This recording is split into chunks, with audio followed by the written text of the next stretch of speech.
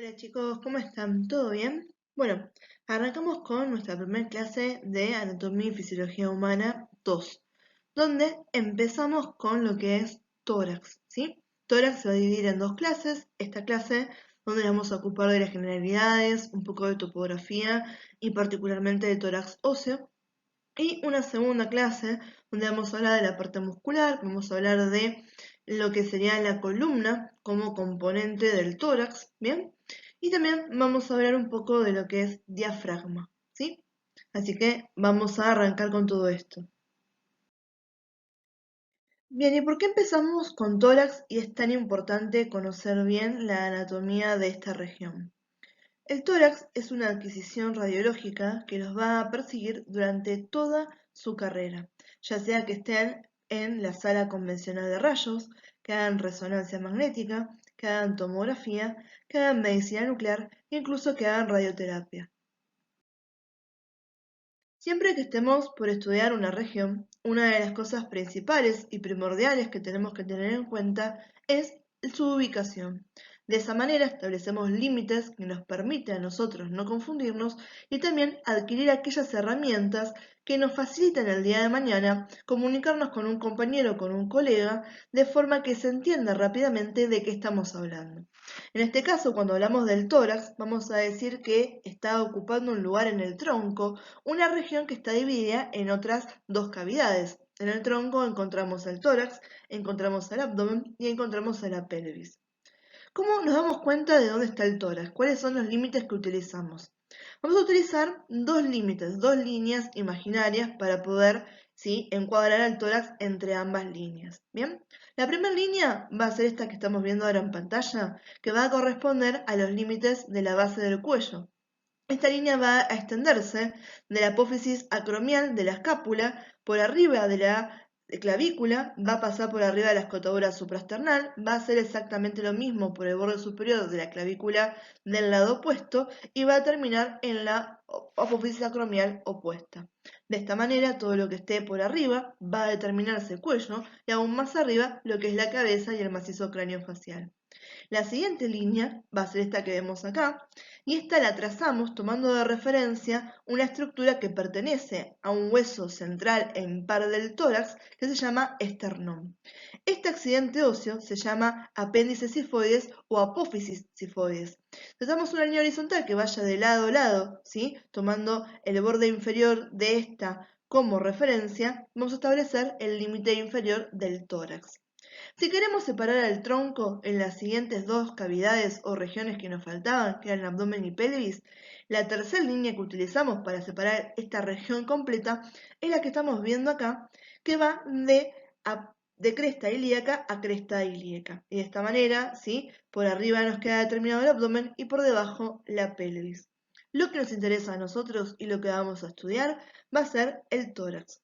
Y una de las cosas que me interesa que ustedes presten atención es el diámetro del tórax. ¿Por qué les digo esto? Porque en el imaginario que nosotros tenemos, que venimos arrastrando, cada vez que pensamos en tórax, pensamos en el tórax cadavérico, en el cual la visión que tenemos es de la caja de costal, vemos a las costillas, ¿bien? Y el tema con eso, el problema, es que las costillas no están protegiendo solamente al tórax, sino que también son encargadas de proteger órganos que ya están perteneciendo a la región abdominal.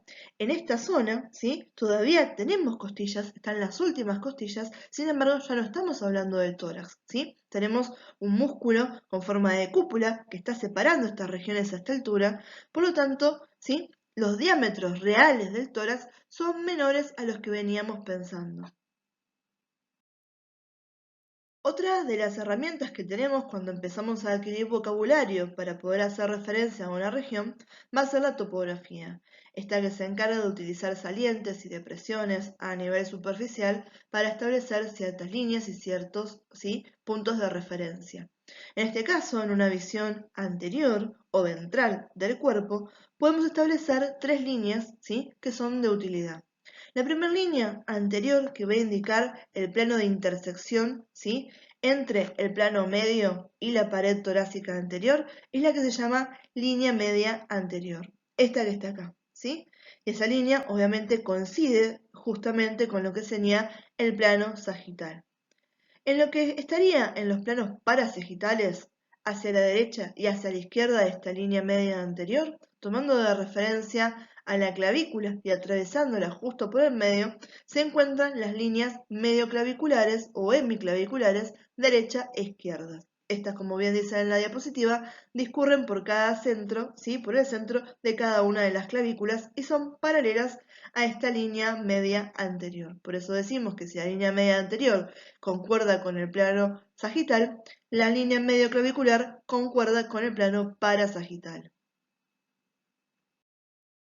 En una visión lateral vamos a encontrar tres líneas que toman de referencia a la axila. Estas líneas son de gran utilidad en la radiología porque justamente la línea axilar media es el punto de incidencia cuando uno toma la adquisición del tórax lateral. Vamos a ver que tenemos, ¿sí? La línea axilar media, esta que está acá, va a discurrir desde lo que es el vértice de la fosa axilar y va a ser paralela a la línea axilar anterior, que es esta que está acá. Tanto la línea axilar anterior como la línea axilar posterior toman de referencia la extensión de los músculos en la posición que está realizando el paciente en la imagen. La línea axilar anterior va a discurrir vertical, ¿sí? A lo largo de todo lo que es el pliegue o reborde axilar anterior, que lo forma, ¿sí? El borde llamado infralateral del pectoral mayor, este músculo que tiene sus inserciones en la clavícula, en el esternón y en la corredera bicipital del húmero. Bien, de esa manera se está extendiendo para esta parte de acá, ¿sí? Y fíjense en que nos dice acá, mientras se expande de la caja torácica al húmero, ¿sí? Necesitamos que el paciente tenga esta posición. Entonces, utilizando el borde infralateral del pectoral mayor y discurriendo por todo el reborde, ¿sí? Vertical del pliegue axilar, establecemos a esta línea axilar anterior que la podemos extender hacia la región del abdomen sin ningún problema, ¿sí? Hacia posterior, el músculo que tenemos de referencia va a ser el dorsal ancho junto con otro músculo que se llama redondo mayor. Estos músculos tienen inserción en el raquis, la espalda, y también tienen inserción hacia el húmero. De esta manera vamos a ver que se extiende, ¿sí? Siguiendo el pliegue axilar posterior, que forman justamente estos dos músculos que nombramos cuando el paciente tiene esta extensión. Estas tres líneas, la línea axilar posterior, la línea axilar media y la línea axilar anterior, son paralelas entre sí. Bien, antes de hablar de las líneas que encontramos en una visión posterior, lo que es necesario para que ustedes entiendan cuáles son las referencias es que les explique un poco por qué la columna vertebral es tan utilizada como un marcador. Recuerden que la columna vertebral, ¿sí? Se encuentra en una posición de eje axial en el cuerpo, por lo tanto nos sirve un montonazo para establecer referencias, ¿sí? La columna desde cefálico a caudal se divide en 5 regiones: la región cervical, que tiene 7 vértebras, la región torácica, que tiene 12 vértebras, la región lumbar, que tiene 5 vértebras, y una región que no es móvil, donde tenemos vértebras que son fusionadas, que es el sacro y el coxis, ¿sí? En el sacro tenemos 5 vértebras y en el coxis tenemos de 4 a 3, depende de los autores que ustedes estén leyendo, ¿bien? Ahora, cada una de las vértebras, ¿sí? Va a adquirir su nombre independiente, ¿sí? O sea, dependiendo de la región. Tenemos vértebras cervicales, vértebras torácicas, vértebras lumbares. Y las vamos a numerar, ¿sí? Desde la menor a la mayor, de cefálico a caudal. Por lo tanto, si estamos hablando de las 7 vértebras que componen la región cervical, la vértebra cervical número 1 va a estar en relación con la base del cráneo y la vértebra cervical número 7 va a estar antepuesta a la vértebra torácica número 1. ¿Sí? Lo mismo que la vértebra torácica número 12 va a estar antepuesta a la vértebra lumbar número 1. ¿Sí? Y la vértebra lumbar número 1 va a venir después de la número 12 y la número 5 va a estar antes del sacro. ¿Bien? De esa manera, acá tomamos de referencia para establecer cuál es la línea media posterior un accidente óseo de la séptima vértebra cervical que se llama apófisis espinosa. ¿Sí? La vértebra cervical número 7 la vamos a ver en la clase que viene cuando toquemos columna para poder entender el borde posterior, ¿sí? El límite posterior del tórax. tiene una particularidad que es más larga que el resto de sus hermanas, por decirlo de una manera, las otras vértebras cervicales. De esa manera, esta vértebra que va a ser atípica va a adquirir el nombre de vértebra prominente y establece una saliente que es fácilmente palpable, ¿sí?, en la región posterior de la base del cuello. Por lo tanto, si uno palpa esa apófisis espinosa o la ve protuyendo, ¿sí?, en el paciente, puede seguirla hacia abajo y establecer una línea vertical que discurre también a lo largo de todas las puntas de las apófisis espinosas vertebrales. Y de esta manera es un buen indicador porque sabemos que de acá para abajo recién comienza el tórax. Si ustedes ponen el borde superior del chasis a esta altura, ¿sí?, que coincida con la apófisis espinosa, nunca se le van a cortar los vértices pulmonares. ¿Bien?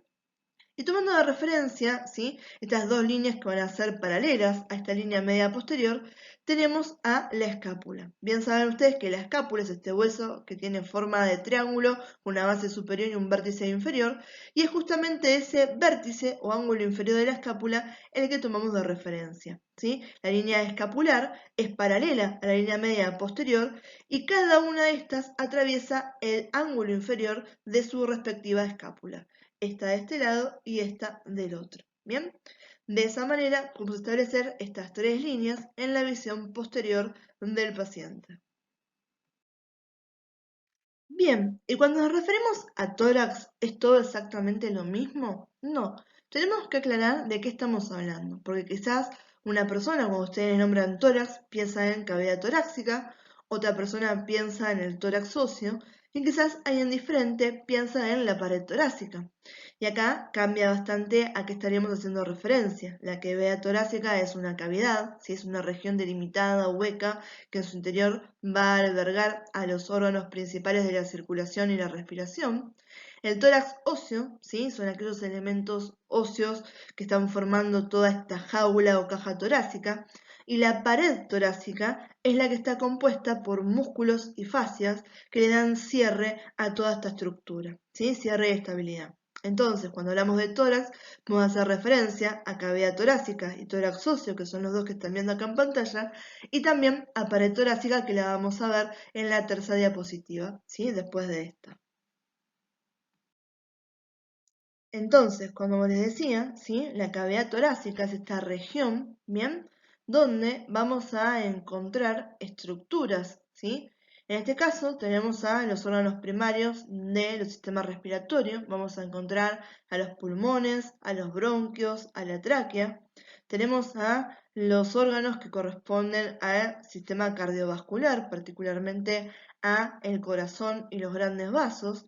Y no solamente esos órganos que forman parte estática del tórax, sino que también la cavidad torácica da paso a ciertas estructuras que pertenecen tanto a la región torácica como a la región del cuello y a la región del abdomen, como pueden ser, ¿sí?, el esófago, las estructuras vasculares, linfáticas y nerviosas. ¿Bien? Después, cuando hablamos de tórax óseo, estamos haciendo referencia a todas las estructuras óseas, y ojo con esto, cartilaginosas, que forman parte de esa caja torácica. La función del tórax óseo es rodear a la cavidad torácica y darle protección. Bien, y finalmente tenemos a la pared torácica. La pared torácica está formada por todos los músculos, fascias, ¿sí?, y la piel que está en relación con la caja torácica. De esta manera se cierra esta región y tenemos otro elemento de protección para la cavidad torácica que es extremadamente importante. Piensen ustedes que dijimos recién que estaba en la cavidad torácica. Los órganos del sistema cardiovascular, el corazón, y órganos que componen parte del sistema respiratorio. Estamos hablando de los pulmones, los bronquios, la tráquea. Entonces, si nosotros perdemos la capacidad de utilizar ambos pulmones y perdemos la capacidad de utilizar el corazón, nos morimos. Y el cuerpo está diseñado de tal manera de intentar garantizar dentro de lo más posible nuestra supervivencia. Por lo tanto, desde un punto de vista lógico, ¿sí?, cuando se piensa en la región torácica, se intenta darle la mayor protección posible. Tenemos la caja torácica y también tenemos la pared torácica. Empecemos entonces, ¿sí?, a ir profundizando en cada uno de estos términos que nombramos. Lo primero de lo que vamos a hablar es el tórax óseo.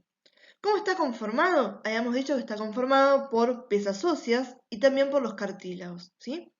Y una cosa que se le suma a esta diapositiva son los espacios intercostales. Los espacios intercostales obviamente son separaciones, no tengo nada en un espacio que está entre una cosa y la otra, pero los conocemos, los nombramos y los estudiamos porque nos interesan como referencia. ¿Bien? En total tenemos 37 piezas óseas, 12 pares de costillas, que quiere decir que tengo 24 en total, 12 de cada lado. Tenemos el esternón, hay un solo esternón, es un hueso impar central de la cavidad torácica, y tenemos 12 vértebras torácicas. Tenemos cartílagos costales, ¿sí? Estas costillas van a tener cartílagos asociados de diferentes maneras que después tenemos que especificar. Y los espacios intercostales son estos espacios separadores entre costilla y costilla. Bien, acá en la imagen estamos viendo, ¿sí? Por un lado, este es un preparado cadavérico, donde podemos ver bien acá que se ha retraído todo lo que compone parte de la pared torácica, y estamos viendo, ¿sí?, a la parrilla costal. Fíjense, esto que está acá central es el esternón, cada una de estas son las costillas, ¿sí? Y pintado de blanco, no se piensen que tiene este color en la vida real, sino acá fue pintado a propósito para que se pueda realzar, tenemos a los cartílagos costales que estábamos hablando. Y cada uno de estos espacios que tenemos acá son los espacios intercostales a los que también tenemos que hacer referencia. ¿Bien? Acá estamos viendo a las costillas, ¿sí? Están agrupadas de la número 1 a la número 12, ¿bien? Y vemos acá que el tórax tiene, ¿sí?, una proporción que más o menos se conserva. Estamos yendo desde un vértice, donde empiezan más chiquitas, a la altura de la séptima costilla adquiere el diámetro máximo y luego tenemos una involución de vuelta, ¿sí?, hacia proporciones más pequeñas, ¿bien? Acá tenemos a la columna torácica, ¿sí?, que vemos que tiene una función primordial de articular con las costillas, ¿sí?, con la cabeza de la costilla, ¿bien? La cabeza de la costilla, entonces ya sabemos que es posterior, porque la columna es posterior, ¿sí? De esta manera, ustedes ven que yo les estuve nombrando todo el tiempo y haciendo referencia a columna torácica, ¿sí? En algunos libros la van a poder leer como columna dorsal. A mí no me gusta decirle dorsal, ni a muchos docentes les gusta utilizar este término, porque todas las vértebras son dorsales, todas las vértebras están en el dorso, en la parte de atrás, si uno habla mal y pronto, ¿bien? Por lo tanto, cuando uno dice torácica, sabemos que estamos haciendo 100% de alusión a esta región. Y esta es una de las cosas que a mí me interesa que ustedes empiezan a pensar, ¿sí? Si yo les digo que se articula la cabeza de la costilla con la columna, obviamente la cabeza de la costilla va a ser posterior, ¿sí? Y lo que vamos a tener hacia anterior va a ser el borde external, ¿sí? Donde tenemos un cartílago que va a ser el encargado de articularme a la costilla con el esternón. Fíjense que ninguna de las costillas llega a tocarme al esternón, ¿bien? Y por último, acá tenemos una imagen del esternón, que es este hueso, tenemos uno solo, ¿sí? Y está formado por estas tres estructuras, el manubrio, el cuerpo y la apófisis sifoides o apéndice sifoides, ¿bien? De acá les hice un pantallazo, cada una de estas cosas las vamos a ver en particular, pero para que tengan una idea de qué vamos a hablar y algunos datos de color sobre cada una de estas cosas.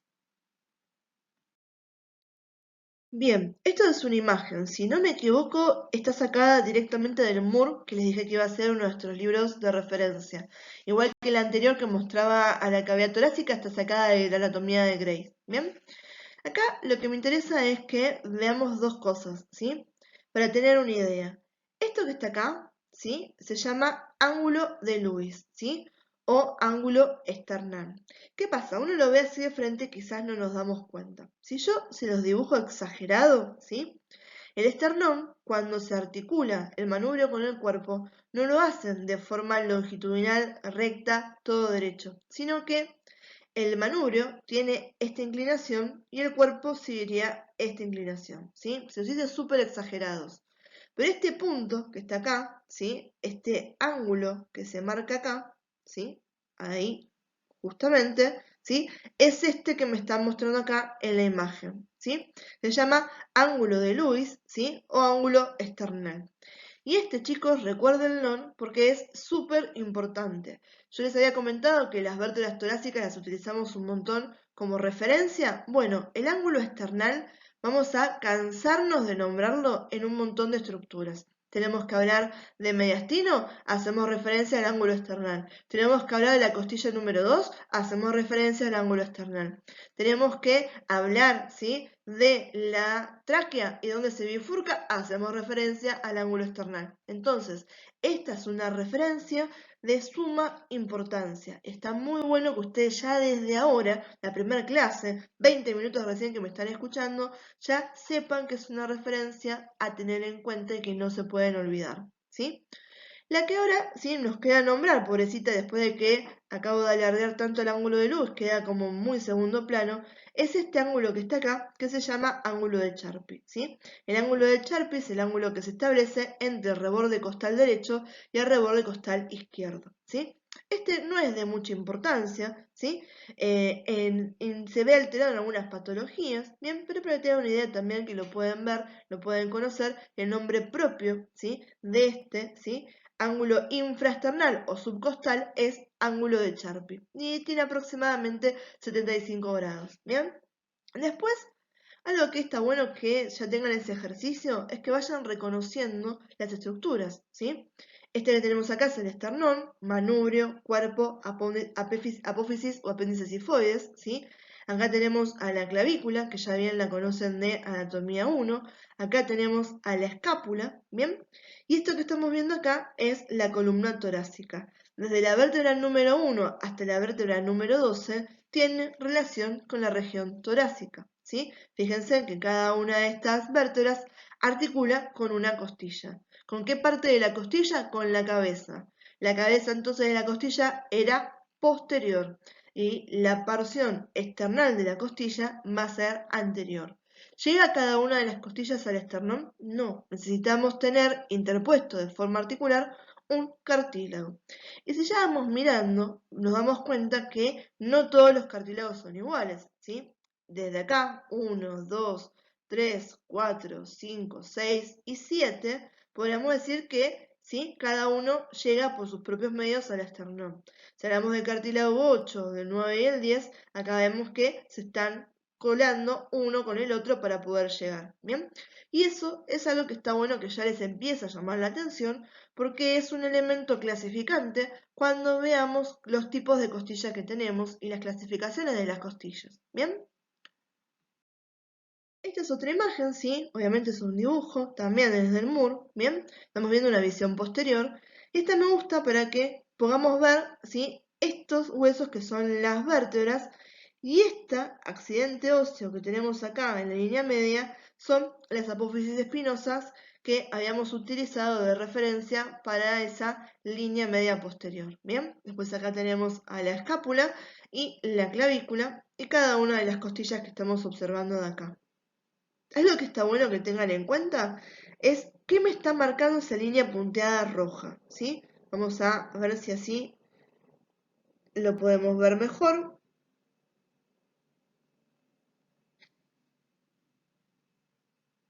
Ahí está, ¿sí?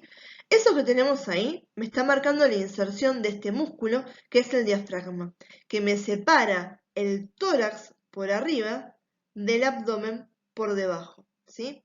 Y esto se los muestro, ¿sí?, acá aprovechando que tenemos bien esa inserción y que se nota, ¿sí?, claramente, para reforzarles este concepto de que el tórax cadavérico y el tórax de una persona viva tienen diferentes proporciones, que no son las que teníamos en la imaginación. Bien, antes de seguir escuchándome y avanzar con la clase, intenten ver si ustedes pueden pensar, ¿sí?, cuáles pueden ser las funciones del tórax. Hay algunas funciones que tendrían que venir naturalmente, ¿sí?, con algunas cuestiones que estuvimos viendo.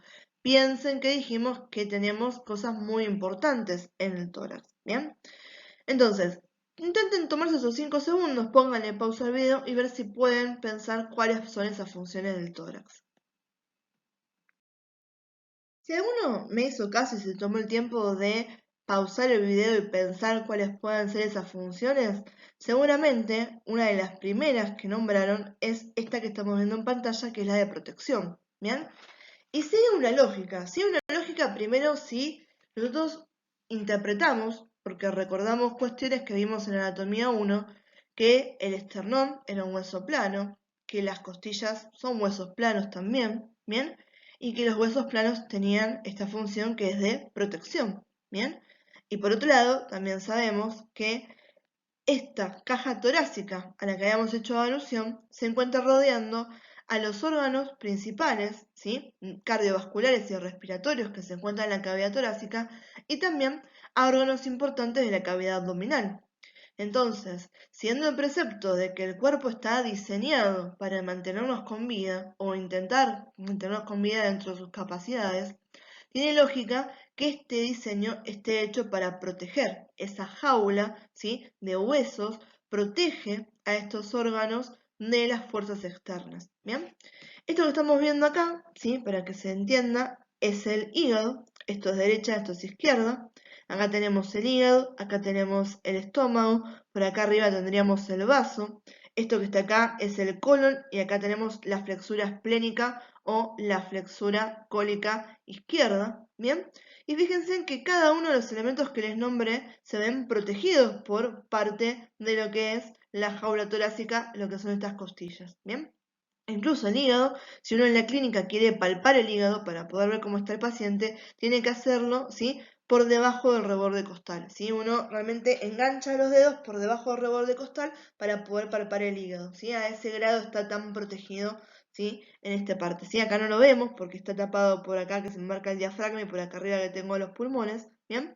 Pero acá, en esta región de acá, tendría también parte del hígado, ¿bien? Y acá me está haciendo referencia, ¿sí?, como en un accidente donde, ¿sí?, está golpeando con el manubrio del auto, ¿sí?, está justamente el esternón interpuesto antes de que sea el corazón el que está recibiendo este golpe. Esto quiere decir que si yo me pego un golpazo como este que estoy viendo en pantalla en el medio del pecho no va a pasar nada. No, a veces tiene la mala suerte de que incluso eso puede incurrir en un infarto, ¿bien? Pero sí, créanme que está mucho más protegido que si no estuviera absolutamente nada, donde ahí sí no hay chance de que el corazón zafe si tengo un golpazo como el que estamos viendo en la imagen, ¿sí? Entonces, protección es una de las funciones principales que tiene el tórax óseo. Otra de las funciones que tiene el tórax, y acá está muy involucrada la pared torácica, ¿sí?, es que está diseñado para resistir lo que se llaman presiones negativas internas, ¿bien?, que se generan por el retroceso de los pulmones y todos los que son los movimientos inspiratorios. Yo cuando les explico fisiología respiratoria, ¿sí?, se les digo que el principal culpable de la inspiración es este músculo que está acá, que es el diafragma, ¿sí?, que desciende, ¿bien? Y eso hace que se incorpore aire y se expandan los pulmones, ¿bien? Imagínense si a uno de ustedes vieron una vez una jeringa, ¿sí?, cuando uno tira por debajo del émbolo, ¿sí?, que entonces, ¿sí?, ¿sí?, está sellado el vacío y ahora cuando estiro el émbolo para abajo estoy adquiriendo aire dentro de la cavidad de la jeringa, ¿bien? El diafragma hace lo mismo, ¿sí? Cuando tira para abajo ingresa aire, cuando va para arriba, ¿sí?, elimina ese aire, ¿bien? Y el tema de las presiones, ¿sí?, que la presión del pulmón, ¿sí?, tiene que ser negativa, tiene que ver con la presión atmosférica, ¿sí? Para que logre ingresar aire, que yo tenga esa circulación de aire hacia el interior del pulmón, esas presiones tienen que ser inferiores a la atmosférica, ¿bien? Y entonces tengo que poder resistir todo esto, ¿sí? Porque ese retroceso elástico de los pulmones, esas presiones negativas, para que esto no se cavite y no se colapse, el tórax está diseñado con los músculos accesorios de la inspiración, ¿sí?, que forman parte de la pared torácica para poder resistir esas presiones negativas internas. Bien, una de las cosas que vamos a ir nombrando y ir viendo un montonazo cada vez que avanzamos en lo que es esta materia, es que si bien a fines teóricos y didácticos y de poder entender, uno tiene que separar el cuerpo en regiones y en partes para estudiarlo, el cuerpo es una entidad, es una totalidad de esas cosas que separamos nosotros. Por lo tanto, en las regiones que estudiamos es imposible que descartemos, ¿sí?, cuestiones que vienen de regiones aledañas. En este caso, una de las funciones que tiene el tórax está en referencia a darle sujeción y aporte a la cintura escapular, ¿sí? La clavícula, los omóplatos no forman parte del tórax, ¿sí? Por más de que estén suspendidos en la parte superior del tórax. Esos forman parte del miembro superior, ¿bien? Y que están dando apoyo también a los brazos, ¿sí? Al antebrazo, a la muñeca, a la mano, ¿bien? Pero no forman parte del tórax. La cintura escapular no forma parte del tórax, ¿bien?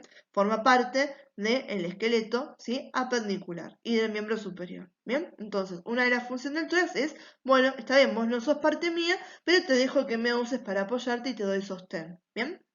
De la misma manera que le está dando, ¿sí? Un punto de inserción a un montonazo de los músculos que son los encargados de mover y mantener en posición a los miembros superiores con respecto al tronco, ¿sí? Recién habíamos hablado del pectoral mayor. El pectoral mayor, si bien tiene su inserción, ¿sí? En el borde inferior de la clavícula, en el borde, ¿sí? Medial del esternón, ¿sí? Pertenece a uno de los músculos llamados tóraco-apendiculares, que no es un músculo de la región torácica, por más de que estemos muy tentados de decir que lo es, lo mismo que el pectoral menor. ¿Bien? Entonces, estos músculos, ¿sí? Tienen inserción en el tórax, aunque no pertenezcan al mismo y que sean realmente tórax del miembro superior. Bien, siguiendo un poco la línea de lo que veníamos comentando en la diapo pasada, ¿sí? No solamente está dando lugar de inserción para esos músculos que son los toracopendiculares, sino que hay músculos del cuello, músculos del abdomen, incluso músculos de la espalda barra raquis, que tienen su inserción a nivel del tórax, ¿sí? Por ejemplo, bien, el esternocleidomastoideo, que es un músculo súper importante del cuello, tiene inserción a nivel del tórax, ¿bien? Otra cosa que es importante, ¿sí? Y tiene que ver un poco también con la función de protección, es que el tórax tiene cartílagos costales, ¿bien? Entonces, estos cartílagos costales tienen la ventaja de que son mucho más flexibles que un hueso, ¿sí? Por lo tanto, entre el cartílago costal y las costillas, que si bien son huesos que son muy delgados, ¿sí? Eso hace que tengan mayor flexibilidad, hacen que se puedan absorber, ¿sí? Mucho el impacto de golpes y de compresiones sin que se fracture. Si algo fuera extremadamente rígido, ¿sí? Cuando tengo un golpe seco lo quiebro, ¿sí? En cambio, acá como tengo cierta flexibilidad, puedo absorber parte de esa tensión, ¿sí? Puedo tener un retroceso, ¿bien? Y puedo soportar mejor, ¿sí? El tema de los golpes. No solamente eso, sino que también tiene una función a nivel fisiológico. Piensen ustedes en los pulmones. Los pulmones están cambiando su diámetro todo el tiempo. Una cosa es un pulmón que tiene aire en su interior y otra cosa es un pulmón cuando acabo de exhalar. Por lo tanto, ¿sí? La caja torácica tiene que poder acompañar a esos movimientos respiratorios. Y la flexibilidad de las costillas, ¿sí? Otorgada por su arquitectura y particularmente por la existencia de los cartílagos costales, es lo que le está dando a la caja torácica, ¿sí? Al tórax, esa flexibilidad que le permite acomodar, ¿sí? Esos cambios necesarios para la respiración. Y hablando de eso, entonces, vamos a ver que la pared torácica, bien, tiene movimiento. Este movimiento es extremadamente importante que ustedes lo tengan en consideración al momento de realizar la adquisición de tórax, porque uno le tiene que pedir al paciente que respire hondo y que guarde el aire. Y de vuelta, si ustedes lo quieren hacer frente a un espejo, yo siempre les digo, en anatomía no tienen mayor machete que ustedes mismos, ¿sí? Fíjense o pídanle a uno de sus familiares, un amigo, ¿bien? Que respire hondo. ¿Qué pasa con eso? Primero dos cosas. Uno que está quizás ajeno a los movimientos pertinentes desde un punto de vista fisiológico. Es que las personas cuando respiran hondo tienden a levantar los hombros, ¿sí? Por lo tanto, incorpórenlo cuando tienen que decirle al paciente, ¿sí? Sin mover los hombros, sin moverse, ¿sí? Respire hondo, guarde el aire, no lo suelte, respire normal, ¿sí? Porque muchas veces hacen eso, se encogen de hombros y cambian totalmente la posición. Sobre todo si están trabajando con pediátricos o con personas que ustedes sospechan que quizás el entendimiento no es tan claro como tendría que hacerlo. Antes de hacer la adquisición, pídanles que tomen aire, ¿sí? Como si fuera un simulacro. Y se van a dar cuenta si tienen que ajustar el posicionamiento del chasis o si tienen que, ¿sí?, repetirle de una manera que el paciente entienda, y de esa manera se evitan, ¿sí?, irradiar a una persona y tener que repetir la exposición. ¿Bien? Entonces, por fuera de lo que les comenté recién, a nivel fisiológico, ¿sí?, la cavidad torácica, ¿bien?, se va a ver aumentada en 3 dimensiones: en el diámetro vertical, en el diámetro lateral y en el diámetro anteroposterior, ¿sí?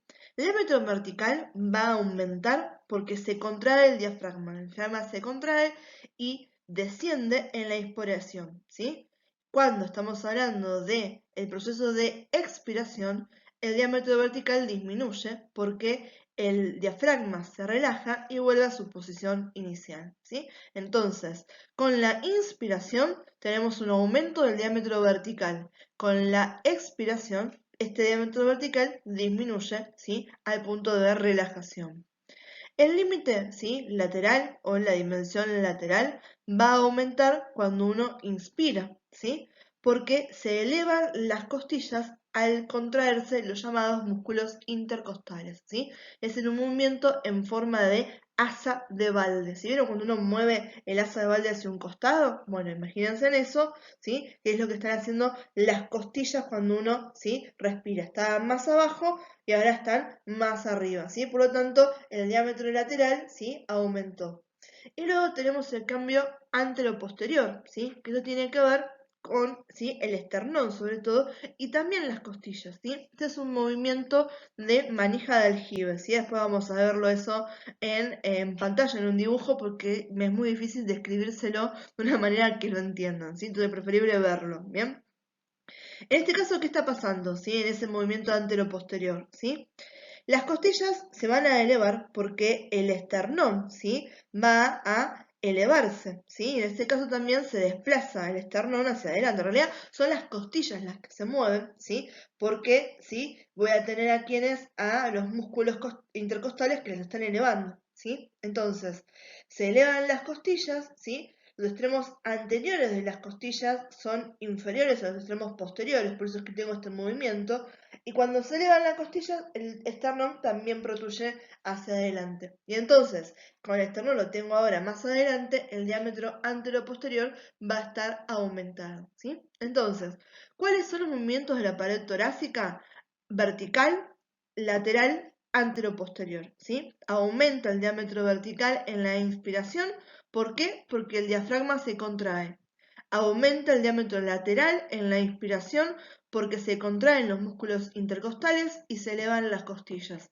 Aumenta el diámetro anteroposterior porque, seguido a esa contracción de las costillas y debido a la morfología de las mismas y la disposición que lleva a que sus extremos anteriores sean más inferiores que los posteriores, cuando se contraen y se elevan, también me elevan al esternón y de esta manera aumenta el diámetro anteroposterior.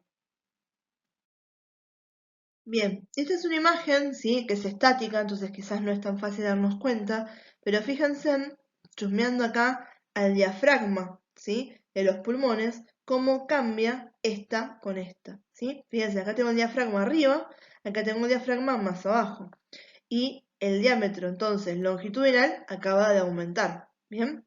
Acá tengo a las costillas mirándome netamente para abajo, acá se acaban de lateralizar un poco, ¿bien? Y al hacer esto aumentó el diámetro lateral. Y cuando las costillas se movieron, aquí me movieron al esternón. Y de esa manera aumentó el diámetro anteroposterior, ¿bien? Y acá tenemos algunos, ¿sí?, ejemplos de cuáles son esos músculos que son los accesorios, ¿sí? Se contrae el diafragma es un músculo, ¿sí? Tenemos a los abdominales contraídos. Estos son músculos intercostales que se contraen también en el momento de la inspiración, ¿bien? Y acá les muestra diámetro vertical incrementado, diámetro anteroposterior incrementado. El que no les nombra en esta diapositiva es el diámetro lateral o laterolateral. Bien, y acá estaba lo que les comentaba recién, que uno tiende a comparar a los movimientos torácicos con estas dos, ¿sí?, analogías de movimiento relacionadas al asa del balde y a la bomba de agua, ¿sí? El asa de balde es lo que me hace referencia a cómo cambia el diámetro lateral, ¿sí? Esto tiene que ver con la elevación de las costillas y fíjense en cómo aumenta el diámetro lateral. Acá estamos viendo, ¿sí? De forma sólida, que está acá, ¿sí? Esto sería los pulmones y la caja torácica, por decirlo de una manera, en expiración, ¿sí? Entonces, estos son los diámetros normales, ¿sí? Ahora, cuando yo inspiro, que acabo de llevarme aire hacia el interior, ¿sí? Esto se expande, ¿bien? Las costillas se elevan y fíjense en todo lo que acabo de ganar, que es toda esta línea punteada, ¿sí? Esta línea punteada que está acá es lo que acabo de ganar de espacio, ¿sí? Todo esto que está acá, ¿bien? Entonces, de esa manera se acaba de aumentar el diámetro, ¿sí? Que va a ser lateral, ¿bien? Tanto de la derecha como de la izquierda. Esto se asemeja a este movimiento que les decía del asa del balde. Cuando uno la levanta, fíjense que acá está haciendo lo mismo, ¿sí? Esto de acá está haciendo lo mismo, está pasando de la posición natural a la posición cuando uno inspira, mismo que cuando uno levantaría el asa del balde, ¿sí? Cuando estamos viendo esta imagen de acá, que la relacionamos al movimiento de bomba de agua, ¿sí? Esa palanca cuando uno, ¿sí? Mueve, lo mismo, ¿sí? En rojo tenemos acá, ¿sí? Les voy a marcar lo que tienen en línea sólida, ¿bien? Que serían las proporciones normales antero-posterior, ¿bien? Hay que le erré a este, ¿sí? Estas serían las proporciones normales antero-posteriores, ¿sí? Y por esa posición de las costillas, fíjense en que la parte anterior es más inferior que la parte posterior, cuando éstas se elevan producto de este movimiento, me arrastran al esternón hacia adelante, ¿sí? Entonces ahora tengo acá este movimiento, ¿sí? Fíjense en la línea punteada, y acabo de ganar todo esto de diámetro, ¿sí? Antero-posterior, ¿bien? Lo mismo que tengo acá, ¿sí? Acá abajo, ¿bien? Que los muestra con la rosa y la punteada, ¿bien? Entonces, esto se asemeja a como yo muevo, ¿sí? El asa, ¿sí? De esta bomba, ¿sí? Lo llevo para acá, nuevamente el espacio que tengo acá es más reducido que el espacio que yo tomaría hasta este punto y hasta acá, ¿bien?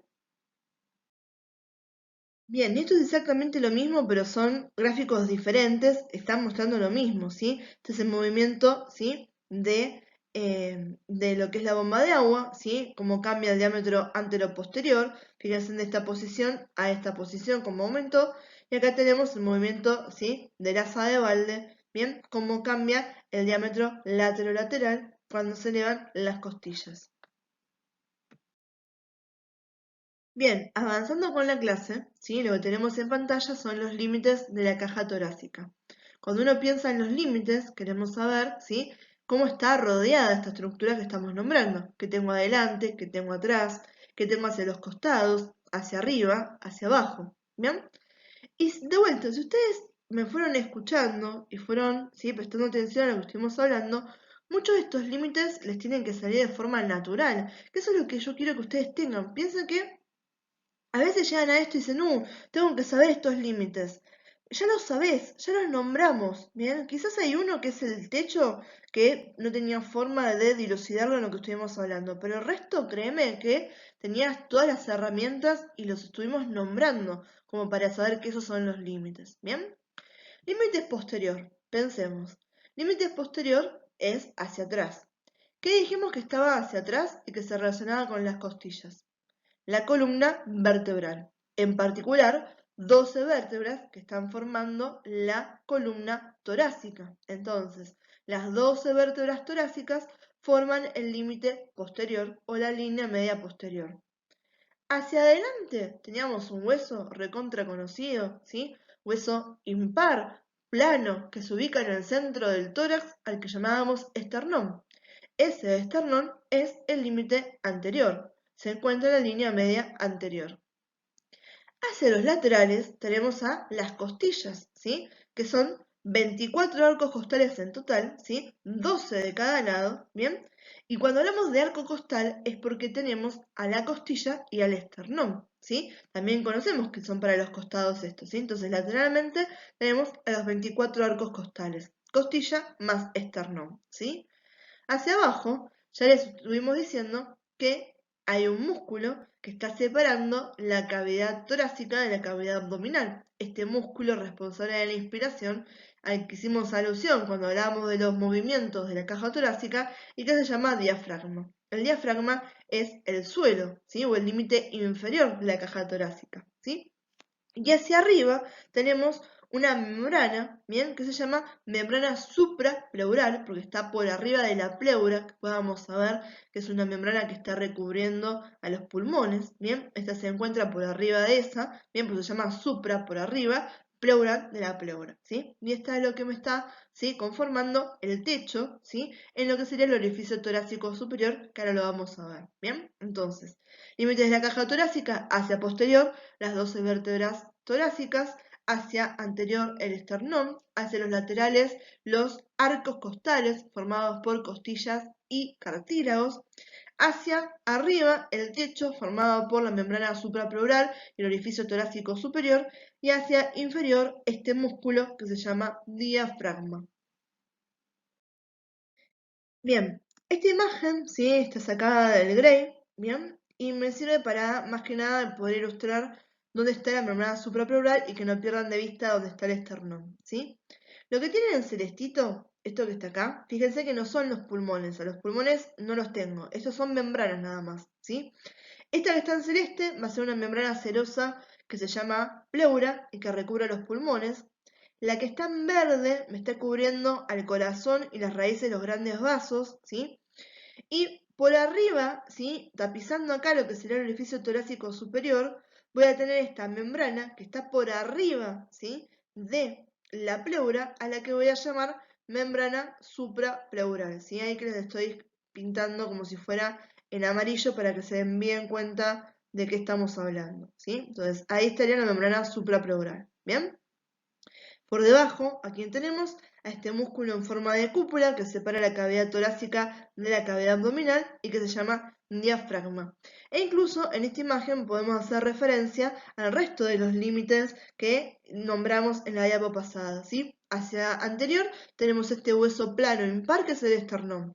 Hacia posterior tenemos estos 12 huesos que forman parte de la columna torácica, ¿sí? Y hacia el lateral tenemos los arcos costales que están formados por las costillas y sus cartílagos. Bien, de esa manera tenemos y repasamos todos los límites de la cavidad torácica, de la caja torácica. Ahora, ¿es lo único que podemos nombrar, ¿sí? Cuando estamos hablando de el tórax y la caja torácica? No, vamos a ver que podemos describir un vértice que va a ser superior y una base que va a ser inferior. Porque si tenemos mucha imaginación, ¿sí? O hasta ahí nomás, podemos pensar en esto en una especie de pirámide, ¿sí? En realidad es como mucho más ancha hacia los costados, tiene más forma de tambor que de pirámide, pero tiene una parte donde se va achicando, que es el vértice, hacia arriba, y una parte un poco más ancha, que es la base, hacia abajo, ¿sí? Entonces, el vértice va a ser superior, ¿sí? Me interesa acá que ustedes se aprendan que mide 6,5 centímetros, ¿sí? Antero-posterior y 11 centímetros transverso, no, ¿sí? Lo que me interesa es que ustedes sepan, ¿sí? Cuáles son los límites y cuál es la inclinación. La inclinación es, ¿sí? Hacia inferior, o sea, la parte posterior está más elevada que la parte anterior, ¿sí? La primera vértebra torácica está más elevada que la escotadura supraesternal, ¿sí? Entonces tiene una inclinación que va a ser postero-inferior, ¿bien? Anteriormente, ¿cómo está limitado este orificio torácico superior que está formando parte del vértice del tórax? Tengo, ¿sí? Acá la escotadura supraesternal, ¿sí? O hueco supraesternal es lo mismo, ¿sí? Hacia posterior tengo a la T1, ¿sí? O la primera vértebra torácica. Y hacia lateral tengo al primer arco costal, que está formado por la primera costilla y su respectivo cartílago, tanto del lado derecho como del lado izquierdo. De esta manera me queda dispuesto todo lo que sería el orificio torácico superior que conforma el vértice del tórax. Bien, en la parte inferior vamos a poder describir la base, ¿sí? Y lo que se llama orificio torácico inferior. Lo primero para tener en cuenta con esto es que la inclinación va a ser opuesta a la que vimos en el vértice, por lo que La apófisis sifoides que tengo acá va a estar más arriba que la 12ª vértebra torácica. Entonces, la porción anterior es superior y la porción posterior va a ser inferior, ¿sí? Al contrario, como hemos visto recién. Me interesa el tema de los números, que antero-posterior mide 12 centímetros y lateral o transverso mide 26 centímetros. No, lo tienen como un dato, sí, extra, pero en ningún momento se los voy a tomar, ni me interesa que lo retengan ni que lo sepan ese dato. ¿Bien? Lo que sí me interesa es que sepan cuáles son los límites de esta base y el orificio torácico inferior. ¿Bien? Anteriormente, depende, los libros les pueden decir que es la apéndice o apófisis sifoides o que es la articulación sifoesternal. Fíjense en que a grandes rasgos están casi prácticamente en el mismo lugar, ¿sí? Depende si quieran decir el accidente óseo o la articulación. ¿Bien? Hacia posterior voy a tener a la última de las vértebras torácicas, la vértebra T12, ¿sí?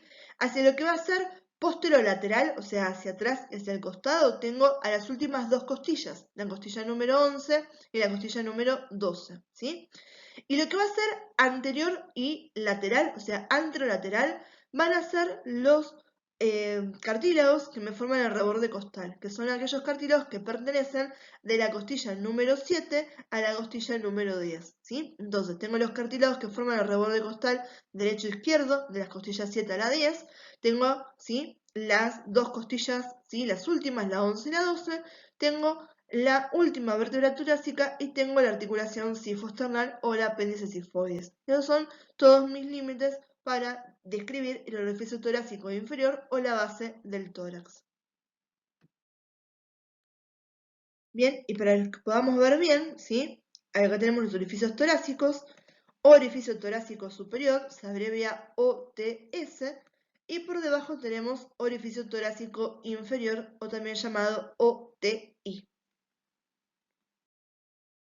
Bien, este hueso estoy segura que ya lo vieron en Anatomía 1, pero para repasarlo y ya tener completo todo lo que tiene que ver con tórax 1, lo vamos a estar describiendo otra vez, ¿sí?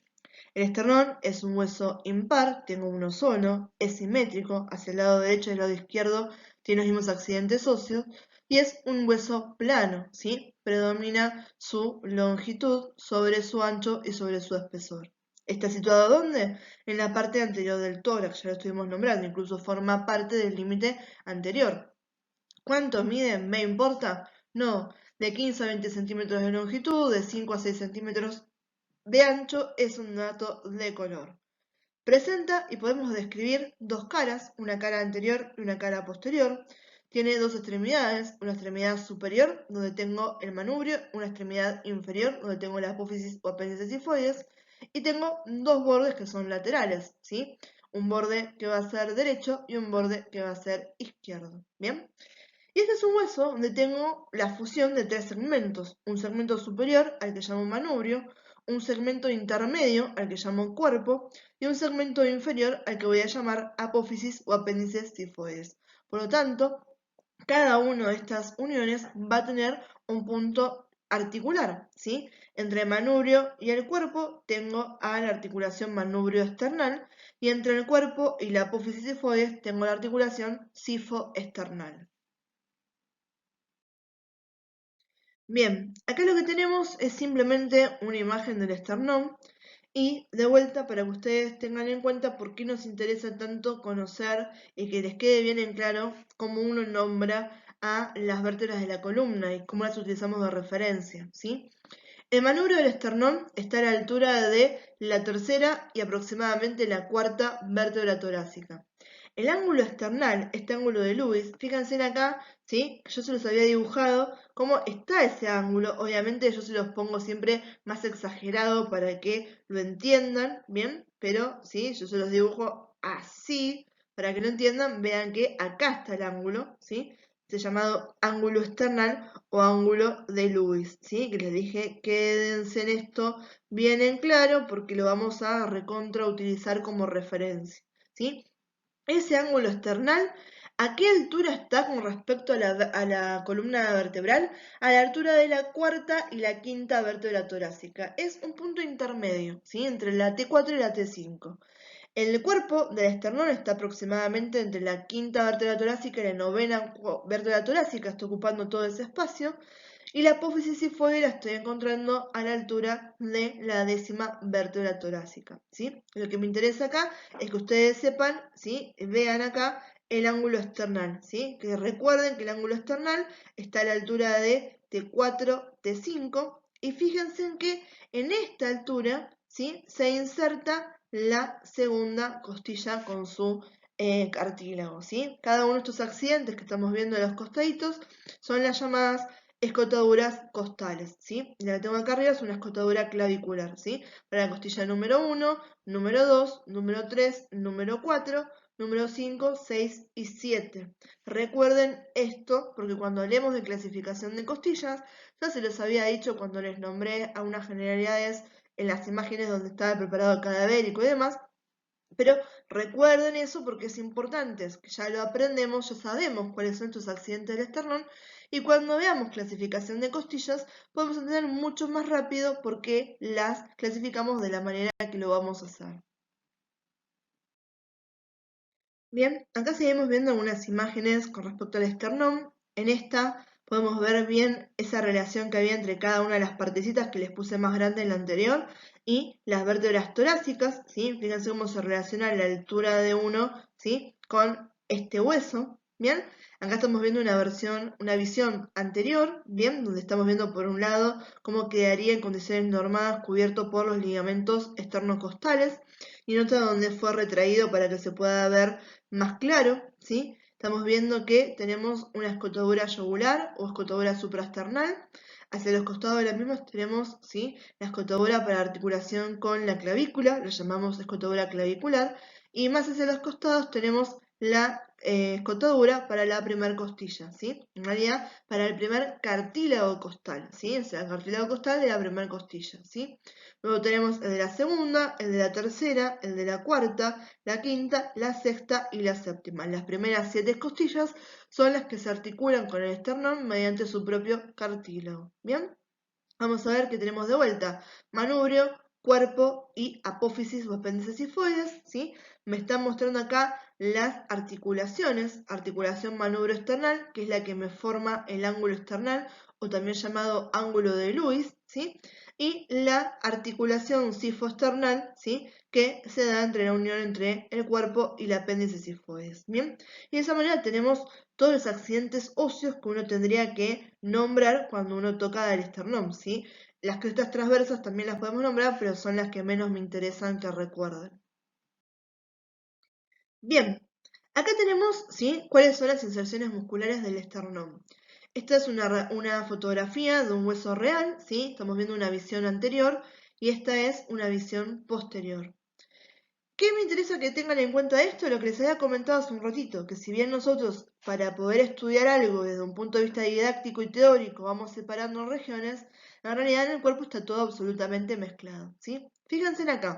En esta cara anterior estoy viendo la inserción de 4 músculos, el esternocleidomastoideo, el pectoral mayor, el recto mayor del abdomen y la aponeurosis del transverso. Ninguno de estos 4 músculos pertenece al tórax. El esternocleidomastoideo es un músculo que pertenece al cuello. El pectoral mayor es un músculo tóraco-apendicular y pertenece al miembro superior. El recto mayor del abdomen ya me buchonea, que es del abdomen, ¿sí? Y la aponeurosis del transverso, el transverso es un músculo, ¿sí? Que pertenece al abdomen y la aponeurosis que lo está recubriendo también pertenece al abdomen. Ninguno de estos 4 músculos que tienen inserción, el esternocleidomastoideo, a nivel, ¿sí? Casi del manubrio esternal, a la altura particularmente de las escotaduras claviculares, el pectoral mayor a lo largo del borde derecho e izquierdo del esternón, y el recto mayor del abdomen y la aponeurosis del transverso a la altura de lo que sería el apéndice sifoides. Ninguno de estos 4 músculos pertenece al esternón. Cuando nos vamos a una visión posterior, en el manubrio del esternón tenemos la inserción de otro músculo del cuello que se llama esternocleidomastoideo, ¿sí? Este pertenece al cuello. También tenemos parte de inserción del pectoral mayor, como ya habíamos dicho, este no pertenece al tórax. Tenemos el diafragma, que el diafragma no pertenece al tórax, es un músculo que separa la cavidad torácica de la cavidad abdominal y este se está insertando en la parte posterior de la apófisis sifoides. Y el único músculo de estos que estamos viendo en pantalla que tiene inserción en el esternón y que pertenece a los músculos del tórax que vamos a ver en la clase que viene, es este que está acá, que se llama triangular del esternón, ¿sí? Entonces fíjense en cómo realmente, ¿sí?, el tórax le da apoyo a un montón de músculos que pertenecen a otras regiones, la región del cuello, la región del abdomen, ¿sí?, la región del miembro superior. Y solamente en la vista posterior, ¿sí?, en la porción inferior del cuerpo del esternón, tenemos la inserción de un músculo que sí pertenece al tórax, que es el triangular del esternón. Bien, chicos, esto no es otra cosa más que un dibujo sobre lo que estuvimos viendo de los accidentes del esternón.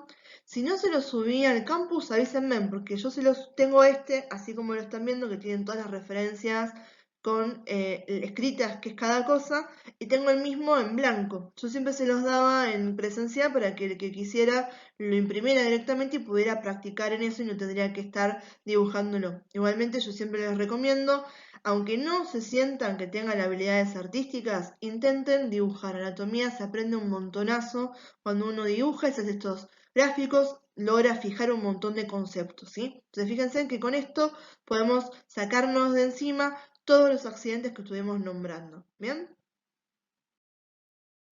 Bien, para poder relacionar un poco con lo que sería la parte de aplicación de lo que estamos estudiando, veamos un poquito apenas de lo que sería el estudio imaginológico del esternón, para poder hacer esa correlación anatómica con lo que venimos viendo hasta ahora, ¿sí?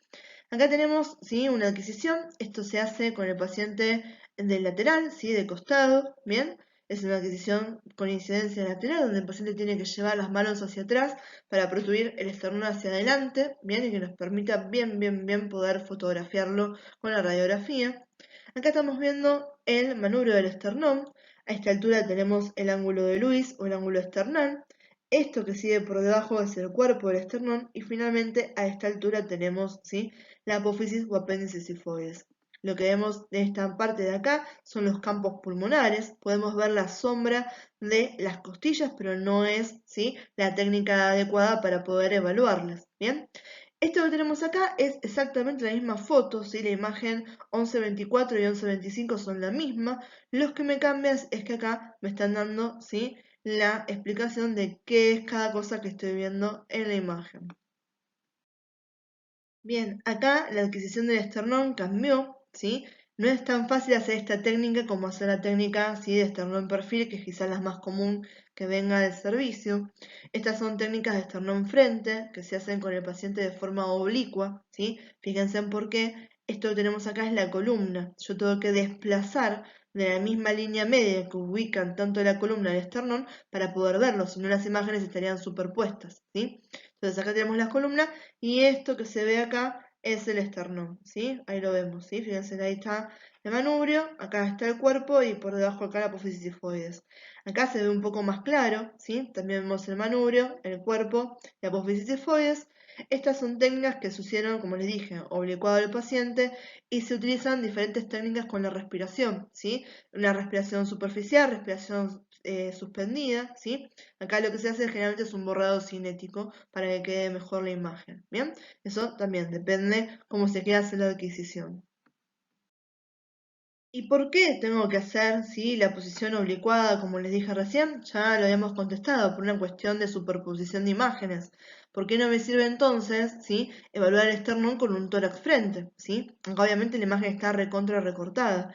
¿Quiere decir que no está el esternón? No, el esternón no se fue a ningún lado, ¿sí? Lo que pasa es que acá tengo una superposición de imágenes entre la luz de la tráquea, ¿sí?, de la columna traqueal, y la columna que no me permite estudiar el esternón. El esternón está acá. Está, lo veo, me lo están marcando en las flechitas, pero en el tórax frente yo no los puedo estudiar porque tengo esta superposición de estructuras que me hace perder información.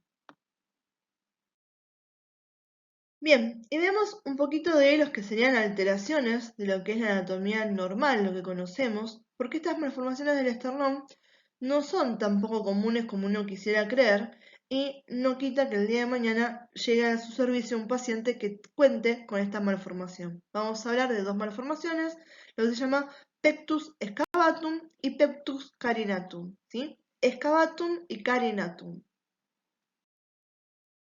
Bien, cuando hablamos del pectus excavatum, ¿sí? Esta de las dos malformaciones en las que más repercusiones trae a nivel fisiológico en los pacientes, estamos hablando de que hay una depresión del esternón.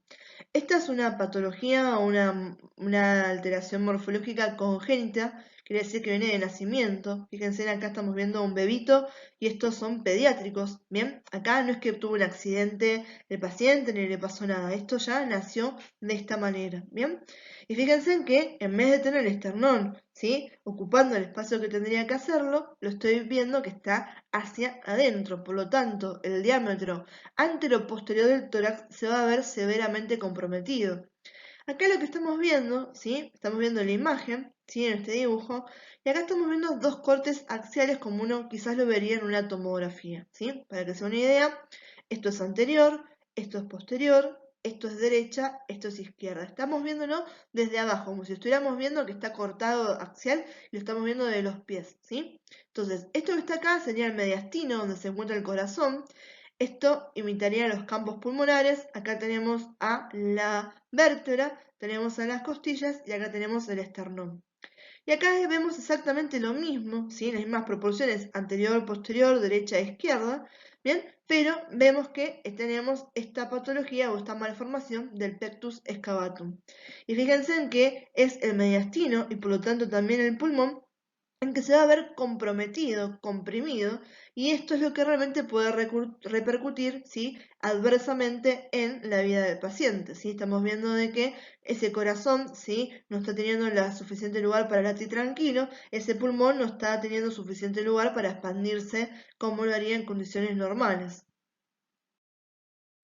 Bien, radiológicamente, cuando vienen estos pacientes a la sala, ¿sí? La radiografía que va a ser más diagnóstica para poder detectar el pectus excavatum va a ser la radiografía de tórax y perfil, ¿sí? Quiere decir que en la radiografía anteroposterior o posterior yo no me puedo dar cuenta de que el paciente tiene esta alteración.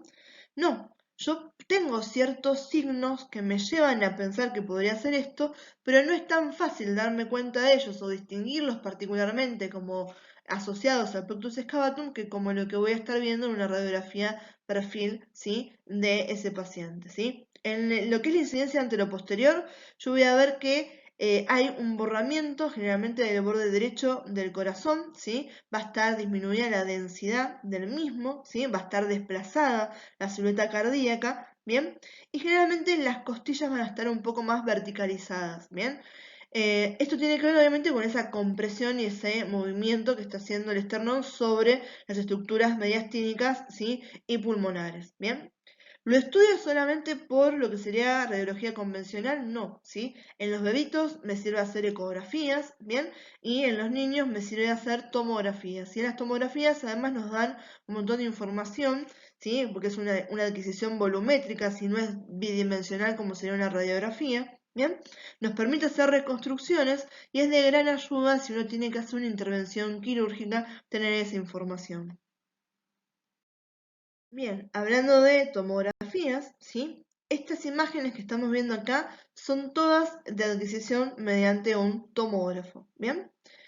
Acá estamos viendo a un paciente, ¿sí? Que tiene las proporciones normales, ¿sí? Para que ustedes entiendan, la tomografía, ¿sí? Es un estudio donde uno puede trabajar con diferentes escalas, ¿sí? De densidad. Mediante eso nos permite realzar una estructura versus otra. En este caso, la ventana que se puede utilizar, se llama de esa manera, a nivel del tórax, puede ser mediastínica, donde se realzan las estructuras del corazón y los grandes vasos, que es lo que estamos viendo acá, ¿sí? Y se pierde información de los campos pulmonares, o puede ser una ventana pulmonar, donde pierdo información del corazón y realzo la trama del parénquima pulmonar. ¿Bien? En este caso, para que se entienda de vuelta, esto es anterior, esto es el esternón, esto es posterior, esta es una vértebra torácica, acá estamos viendo las escápulas, estas son las costillas, ¿sí? Y el resto que estamos viendo son partes blandas, anterior, posterior, derecha, izquierda. En este caso, estamos viendo, ¿sí?, una tomografía también. Igual la adquisición es un plano axial, ¿sí?, ventana mediastino, ¿sí? Nada más que en este caso es un paciente que tiene un pectus excavatum extremadamente pronunciado, ¿sí? Fíjense en acá la depresión que tiene del esternón, ¿bien? La diferencia que hay abismalmente entre una y la otra, para que no se me confundan, es el nivel de corte. Esta tiene un corte, ¿sí? El corte axial está hecho mucho más arriba que esta que estamos viendo acá. Acá vemos el corazón y acá se están asomando, ¿sí?, lo que ya sería el hígado, ¿sí? Y esto es corazón, ¿bien? Y para que vean, ¿sí?, acá tenemos conservado el diámetro anteroposterior y el diámetro laterolateral. En este caso vamos a ver que el diámetro anteroposterior es el que más sufre, se ve extremadamente disminuido, pero el diámetro laterolateral también se ve perjudicado y en este caso se ve aumentado. Acá abajo, ¿sí?, este paciente no es el mismo que este, sigue siendo una tomografía, sigue siendo una adquisición, ¿sí?, con ventana, o una reconstrucción con ventana de mediastino, ¿sí? Sigue siendo anterior, posterior, derecha e izquierda. Lo único que me cambia es que a esta, ¿sí?, adquisición que se hizo se le agregó una reconstrucción tridimensional, ¿sí?, donde se puede ver, ¿sí?, solamente la caja torácica, ¿bien? Esto uno lo puede mover, puedo ver la parte de adelante, la parte de atrás, lo puedo mover 360 grados, y si bien uno no realiza diagnóstico mediante las reconstrucciones 3D, es un gran aporte y una gran ayuda para el cirujano. El día de mañana, si ustedes se encuentran en un servicio de tomografía, ¿sí?, primero y principal, lamentablemente, tienen que regirse por las normas del lugar, ¿sí? Yo les digo una cosa, por ejemplo, en uno de mis trabajos yo puedo hacer la cantidad de reconstrucciones 3D que yo quiera, siempre y cuando no interfiera en el tiempo de trabajo entre paciente y paciente. Yo no puedo, ¿sí?, colgarme haciéndome reconstrucciones 3D si tengo a 5 pacientes en el pasillo esperando que los atienda, ¿sí? Sin embargo, en otros de mis trabajos yo no le puedo hacer la reconstrucción 3D a no ser que esté explícitamente pedida en la orden, porque cada una de las reconstrucciones 3D se las cobran al paciente, ¿sí? Entonces en ese caso le estaría regalando algo, ¿sí?, que ni la empresa quiere que lo haga, ¿bien? Entonces, eso por un lado, que sería la versión capitalista de lo que les estoy contando. Y por otro lado, lo que está, ¿sí?, es en las ganas del técnico de hacer la reconstrucción, ¿sí? Porque no es obligatorio, a veces te las piden y a veces no te las piden. Este paciente puede ser que haya venido para hacerse la tomografía de tórax y nada más, y no pedía reconstrucción 3D. Pero cuando uno ve una patología como esta, ve una fractura, sabe que ese paciente puede ser que requiera una intervención quirúrgica posterior, está bueno que se tomen el tiempo de hacer esto, que quizás cuesta un poquito tomarle la mano cuando recién arranca, pero después van a ver que la reconstrucción 3D, la verdad que uno la hace fácil, o sea, tiene sus cosas, pero no es una cuestión de otro mundo, y ayuda muchísimo al cirujano en el momento de planificar el abordaje de la cirugía, ¿bien? Entonces eso como para que tengan una idea a futuro, si se vuelcan por la tomografía, que las reconstrucciones 3D es algo que está bueno que lo puedan hacer, ¿bien? Bien, y acá tenemos, ¿sí?, dos radiografías donde se ve un paciente que tiene pectus excavatum. ¿Sí? Esta es una adquisición posterior anterior y esta es una adquisición lateral, ¿sí?, en este caso derecha. Bien, eso después se van a dar cuenta ustedes, más allá de lo que dice acá la descripción de las imágenes, siguiendo el diafragma, si se cruzan, si están paralelos, saben si es derecha o si es izquierda. Bien. Acá estamos viendo obviamente lo que decíamos recién, que en la que es la adquisición lateral yo me doy cuenta muchísimo más fácil el tema de esta alteración del esternón. Cuando yo veo una adquisición, ¿sí?, anteroposterior o posterior-anterior como es esta, los cambios son más sutiles, ¿sí? Lo primero que voy a ver acá, ¿sí?, que me tiene que llamar la atención, es que la silueta cardíaca está bastante desplazada hacia la izquierda. Y si uno compara el hemitórax derecho con el hemitórax izquierdo, ¿sí?, el hemitórax derecho está mucho más agrandado, o podemos decir que el hemitórax izquierdo está un poco más comprometido, ¿sí? Esas son las cosas que podemos ver, ¿sí?, de entrada. Otra cosa que podemos ver, ¿sí?, tiene que ver con la columna, ¿sí? La columna tiene que ser recta en condiciones normales, y acá estamos viendo una desviación de la columna. Eso se llama una escoliosis, ¿bien? Después, en lo que sería acá que nos cuenta la figura, ¿sí?, de un médico con imágenes que informó la radiografía, nos dice que el pulmón izquierdo también se encuentra discretamente desplazado hacia atrás y hacia la izquierda, ¿sí? Eso ya a simple vista va a ser bastante difícil que uno lo pueda vislumbrar si no tiene un conocimiento mucho más profundo, ¿sí? Por eso les comentaba que si bien esto me puede parecer un poco raro, puede ser que si hago solamente esta adquisición y no lo vi al paciente que tiene el pectus excavatum, no me doy cuenta de lo que estaba pasando. Pero si hago una proyección de tórax perfil, ahí sí hay algo que no me puede pasar desapercibido, que es el tema de cómo está ese esternón. Esto también lo pueden ver el día de mañana en la sala de rayos convencional, ¿sí? Es una adquisición posterior, una adquisición lateral del tórax, ¿sí?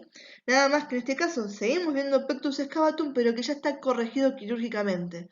Lo que están viendo acá, ¿sí?, es una barra, ¿sí?, postoperatoria que se puso para compensar, ¿sí?, esa depresión del esternón, ¿sí? Entonces obviamente que esta barra no se la voy a poder sacar al paciente para hacer las adquisiciones, y ese elemento radiopaco va a salir en imagen, ¿bien?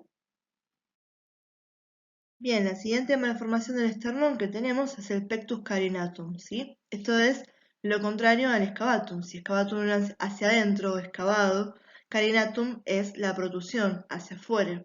Incluso a esto se le dice, ¿sí?, pectus o esternón en forma de quilla, como si fuera la quilla de un barco, la parte de adelante del barco, o quizás un término que es más sensible para las personas que tienen esta patología, se le dice pecho de paloma, ¿sí? Vieron que las palomas tienen el pecho inflado hacia adelante. Bueno, exactamente lo mismo, ¿sí? Esta tiene una incidencia menor, ¿sí?, a lo que sería el pectus excavatum, ¿sí? O sea, este es menos frecuente, ¿bien? Y en realidad tiende a tener consecuencias meramente estéticas para los pacientes, no tanto a nivel fisiológico, porque acá no se realiza una compresión, sino que es el esternón que está hacia afuera. Obviamente también puede llevar a una malformación de la posición de las costillas, ¿bien? Pero no es tan relevante, no es tanta la necesidad de la intervención quirúrgica como en aquel paciente que tiene un pectus excavatum. Bien, acá estamos viendo una foto, ¿sí?, de un paciente, fíjense, también es un pediátrico, ¿bien?, que tiene un pectus carinatum de protrusión inferior. Fíjense que acá la alteración está a la altura de la articulación cifoesternal, ¿sí? Esta está bastante conservada. Esto hace que, ¿sí?, la angulación que hay entre una y la otra esté, ¿sí?, alterada y de esta manera bien protruye. Esta es la foto, ¿sí? Acá estamos viendo tomografía de vuelta, ¿sí?, siempre en ventana mediastino. Hasta ahora no vimos nada que tenga ventana pulmonar. Lo que cambia es que esto es un corte sagital, ¿sí? Esto es anterior y esto es posterior, ¿sí? Acá estamos viendo los cuerpos vertebrales, ¿sí?, el canal medular, ¿bien?, para la médula espinal, y acá estamos viendo las apófisis espinosas, ¿bien? Hacia adelante estamos viendo el esternón, ¿sí? Esto que está acá es la silueta del corazón, ¿sí? Acá estamos viendo la tráquea, esto que se ve de un lado y otro son los campos pulmonares. Acá estamos viendo esta cosa finita que se ve ahí, es el diafragma, ¿bien? Y por debajo ya empezamos a ver a órganos abdominales, ¿bien? Abajo estamos viendo también una tomografía, también ventana mediastino, anterior, posterior, derecha e izquierda. Vemos la silueta cardíaca. Vemos acá la columna, las costillas, y este es el esternón de este niño que estamos viendo en la foto. También vemos bien cómo es la alteración, y a diferencia del pectus excavatum, como no estoy teniendo ninguna compresión ni a nivel de los campos pulmonares ni a nivel del corazón. Por eso es lo que le decimos que esto tiene una repercusión más que nada estética para los pacientes y no tanto con una relevancia a nivel fisiológico. Un poco siguiendo lo que les comentaba recién, cuando hablamos del pectus carinatum, vamos a tener dos manifestaciones, una manifestación inferior y una manifestación superior. Cuando la manifestación es inferior, la protrusión se está dando más que nada a nivel de la articulación cifoesternal, como estamos viendo en las imágenes en pantalla. Cuando la manifestación es superior, por lo contrario, ¿sí?, lo estamos observando a nivel del ángulo de Lewis o de la articulación, ¿sí? Manubrio esternal, ¿bien? Como estamos viendo acá y como estamos viendo en esta diapositiva, ¿sí? En estas imágenes. Bien, retomando lo que sería la anatomía normal, volvemos un poquito a hablar de topografía, ¿sí? Fíjense en que acá tenemos, ¿sí? Lo que sería netamente el binomio biológico, un hombre y una mujer, ¿sí? Acá estamos viendo que en los dos vemos exactamente lo mismo, lo que se ven alteradas quizás son las proporciones, por ejemplo, del diámetro del ángulo de Charpy, ¿sí? Tenemos la escotadura yugular, esto es extremadamente visible, ¿sí? Incluso palpable. Las clavículas también lo son, ¿sí? En tanto uno como el otro de los sexos, ¿sí? Podemos ver el pliegue axilar anterior, podemos saber que esta altura es el manubrio, el ángulo esternal o la sínfisis manubrio esternal también, ¿sí? A esta altura tenemos las costillas, son palpables en algunos pacientes, en otros no, ¿sí? El cuerpo del esternón se encuentra a esta altura y la apófisis tifoides también la podemos palpar bien acá, ¿sí? Siempre con cuidado esa, sobre todo en los pacientes muy añosos, ¿sí? De no ejercer fuerza por demás. Duele un montonazo cuando uno aprieta la zona del esternón. Es más, en primeros auxilios seguramente recuerden que uno de los estímulos de dolor es con los nudillos sobre el esternón. Entonces por eso les digo, tengan cuidado. A nivel de la apófisis tifoides, de no quebrarla, ¿sí? También era una de las cuestiones que teníamos que tener en cuenta cuando hacemos RCP, porque la mano iba apoyada acá, si no acá podíamos quebrar, ¿bien? Podemos ver el reborde costal, también es visible, también es palpable, ¿sí? Podemos ver, ¿sí? La línea medio clavicular, bien, de un lado y del otro es lo que me está mostrando acá, ¿sí? Topografía bastante sencilla, ninguna de las cosas que nombraba recién acá, la imagen nos escapa a nosotros de poder identificar fácilmente. Bueno, empezamos ahora sí otro tema nuevo dentro de esta clase, obviamente, que son las costillas, ¿sí? Estos huesos planos, curvos, alargados, ¿sí? Que vamos a encontrar en mayor proporción, ¿sí? Dentro de los componentes óseos de la caja torácica, ¿bien?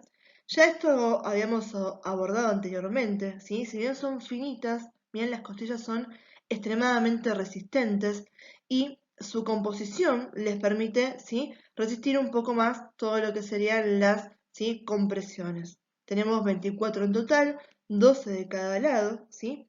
Y una de las clasificaciones, de acuerdo a su articulación con el esternón, va a ser en verdaderas, falsas y flotantes. Tenemos 7 verdaderas, 3 falsas y 2 flotantes.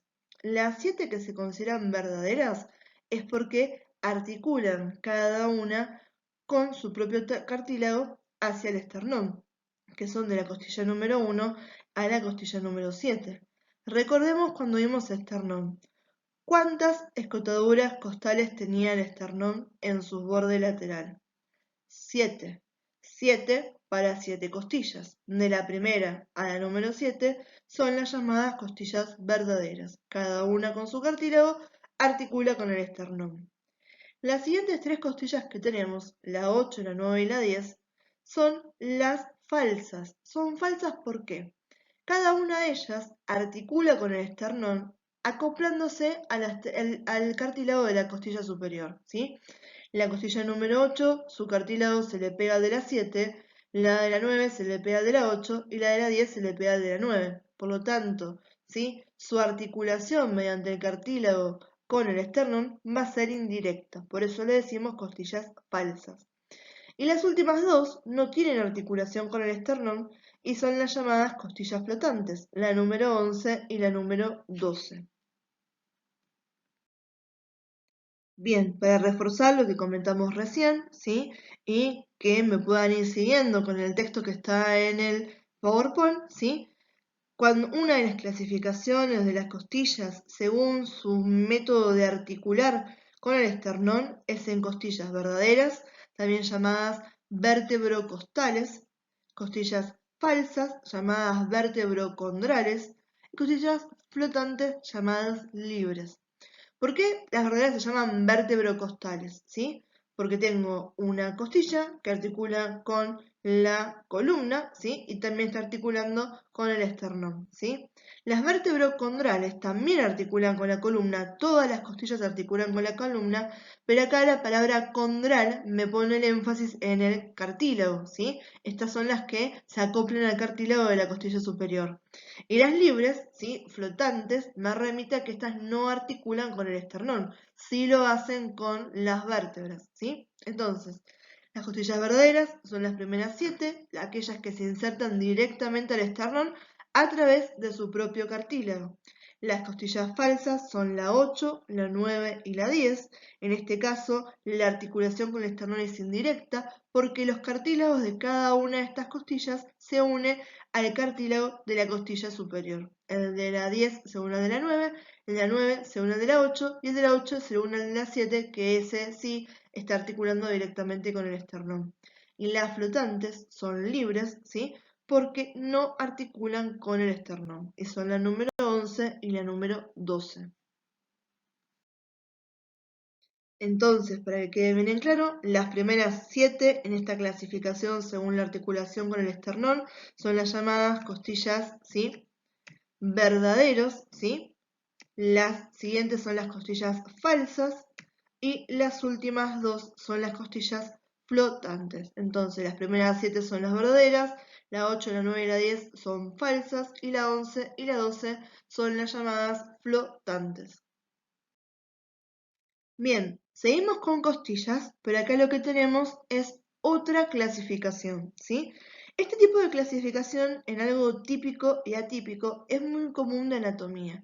Esto tiene que ver cuando yo tengo un grupo de elementos, ¿sí? Que pertenecen a una región o pertenecen a algo en común, ¿sí? Y depende cómo yo los pueda describir. Cuando yo esos elementos los puedo agrupar de tal manera que con una descripción, ¿sí? Englobo las características de cada uno de ellos, ¿sí? Quiere decir que esos elementos son típicos, ¿bien? Presentan características comunes, características mayoritarias, características que uno esperaría encontrar, ¿sí? Ahora, cuando uno de esos elementos tiene características particulares que lo alejan de la norma, que hacen que sobresalgan, que sean diferentes, lo llamamos atípico, ¿sí? Es algo que no voy a poder describir de la misma manera que describía todos los restos porque me quedaría corto con lo que estoy diciendo.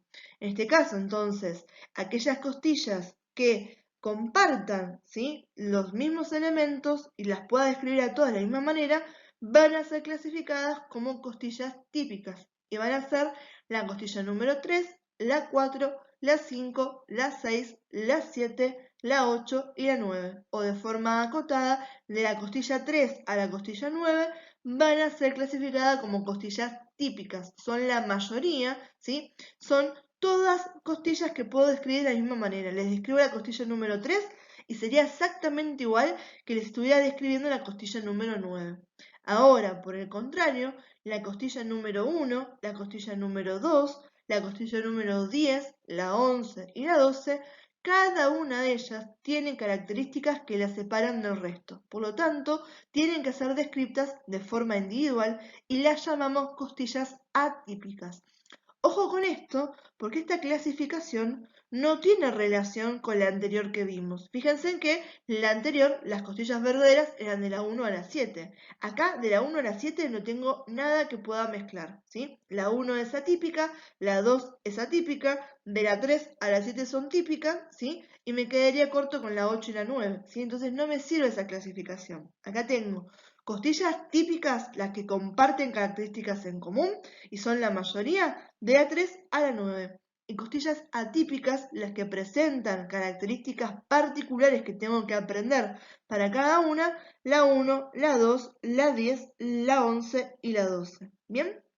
Empecemos entonces a describir una costilla típica. De esta manera yo podría describir a cualquiera la del grupo de la 3 a la 9. Van a tener una cabeza, la cabeza es posterior, la principal función de la cabeza es articular con la columna vertebral y para esto tiene forma de cuña y se pueden describir dos carillas que están separadas por una cresta, ¿sí? Una de las carillas va a ser para articularse con la vértebra del mismo número de la costilla, que quiere decir la costilla número 3 con la vértebra número 3. mientras que la otra carilla que tienen va a ser para articularse con la vértebra superior, que quiere decir la costilla número 3, ¿sí? Con la vértebra número 2, la que está arriba, ¿bien? Entonces, eso es lo que podemos describir en la cabeza de todas estas costillas. Voy a tener forma de cuña, la voy a encontrar posterior, articulando con la columna, mediante dos carillas que están separadas por una cresta. Una carilla que está articulando con la vértebra del mismo número y una carilla que está articulando con la vértebra, ¿sí? De la que está superior a la que costilla, ¿sí? Entonces, si es la 3, una carilla articula con la vértebra número 3, ¿sí? T3, y la otra articula con la vértebra T2, ¿bien? Luego tenemos, ¿sí? El cuello, ¿sí? Que el cuello va a estar comunicando, ¿sí? A la cabeza, que es esto que describimos, con otra región que tenemos que describir más adelante en la siguiente diapositiva, que va a ser el tubérculo. Entonces, el espacio comunicante entre la cabeza y el cuerpo, ¿sí? Va a contener al tubérculo y va a contener también a esta estructura que llamamos cuello. Entonces, entre la cabeza y el cuerpo, ¿qué tenemos nosotros? El cuello.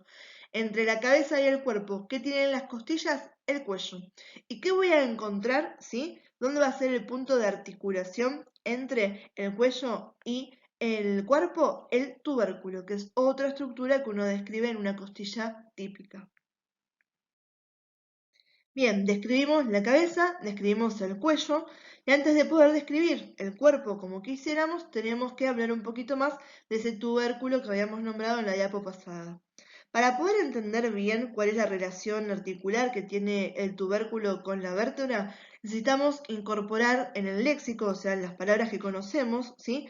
Algo más que está relacionado a los accidentes óseos de las vértebras. Tiene que ver con las apófisis, ¿sí? La apófisis espinosa ya la conocemos, era esa que tenía una protrusión posterior, ¿sí? Hacia la línea media. Y ahora tenemos que hablar de apófisis transversas, ¿sí? Transversas van a ser dos, una derecha y una izquierda, y tienen una posición, ¿sí? Latero-posterior. Las voy a encontrar hacia los costados de la vértebra, ¿bien? Entonces, el tubérculo está justo entre la unión del cuello y del cuerpo, ¿bien? Va a tener una porción que es lisa, ¿sí? Y otra que va a ser, ¿sí? Rugosa. La porción que es lisa, esa es la porción articular.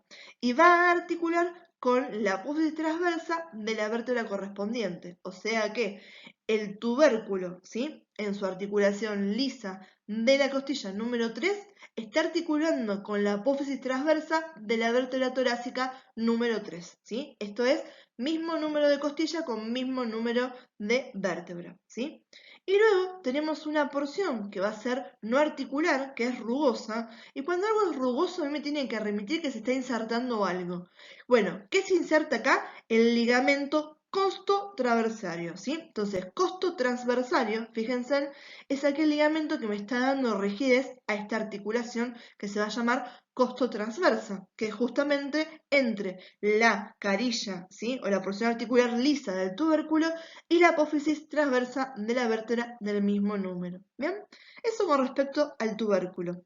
Con respecto al cuerpo, ¿sí? Esta es la parte más larga que tiene la costilla, ¿sí? O sea, la mayor proporción del cuerpo es el cuerpo de la costilla. Es delgado, es plano, es curvo, ¿sí? Tiene un ángulo costal donde la costilla está rotando de una incidencia posterior, ¿sí? Hacia, ¿sí? El sentido anterolateral, o sea, se va hacia adelante y hacia la izquierda, por eso es una curva lo que hace, ¿sí? Y algo que es importante, y en el caso de que podamos tener esas clases de apoyo a nivel presencial, o los podemos ver de forma presencial, es cuando uno la pone en posición anatómica, ¿sí? Ya tenemos de referencia que la cabeza, que es la parte rugosa, donde tengo un montón de accidentes óseos, va a ser posterior, ¿sí? La parte anterior del cuello, ¿sí? Del cuello del cuerpo va a ser lisa, porque ahí se me está articulando un cartílago, entonces es bien lisa. De esa manera yo identifico rápidamente y claramente qué es posterior y qué es anterior, ¿sí?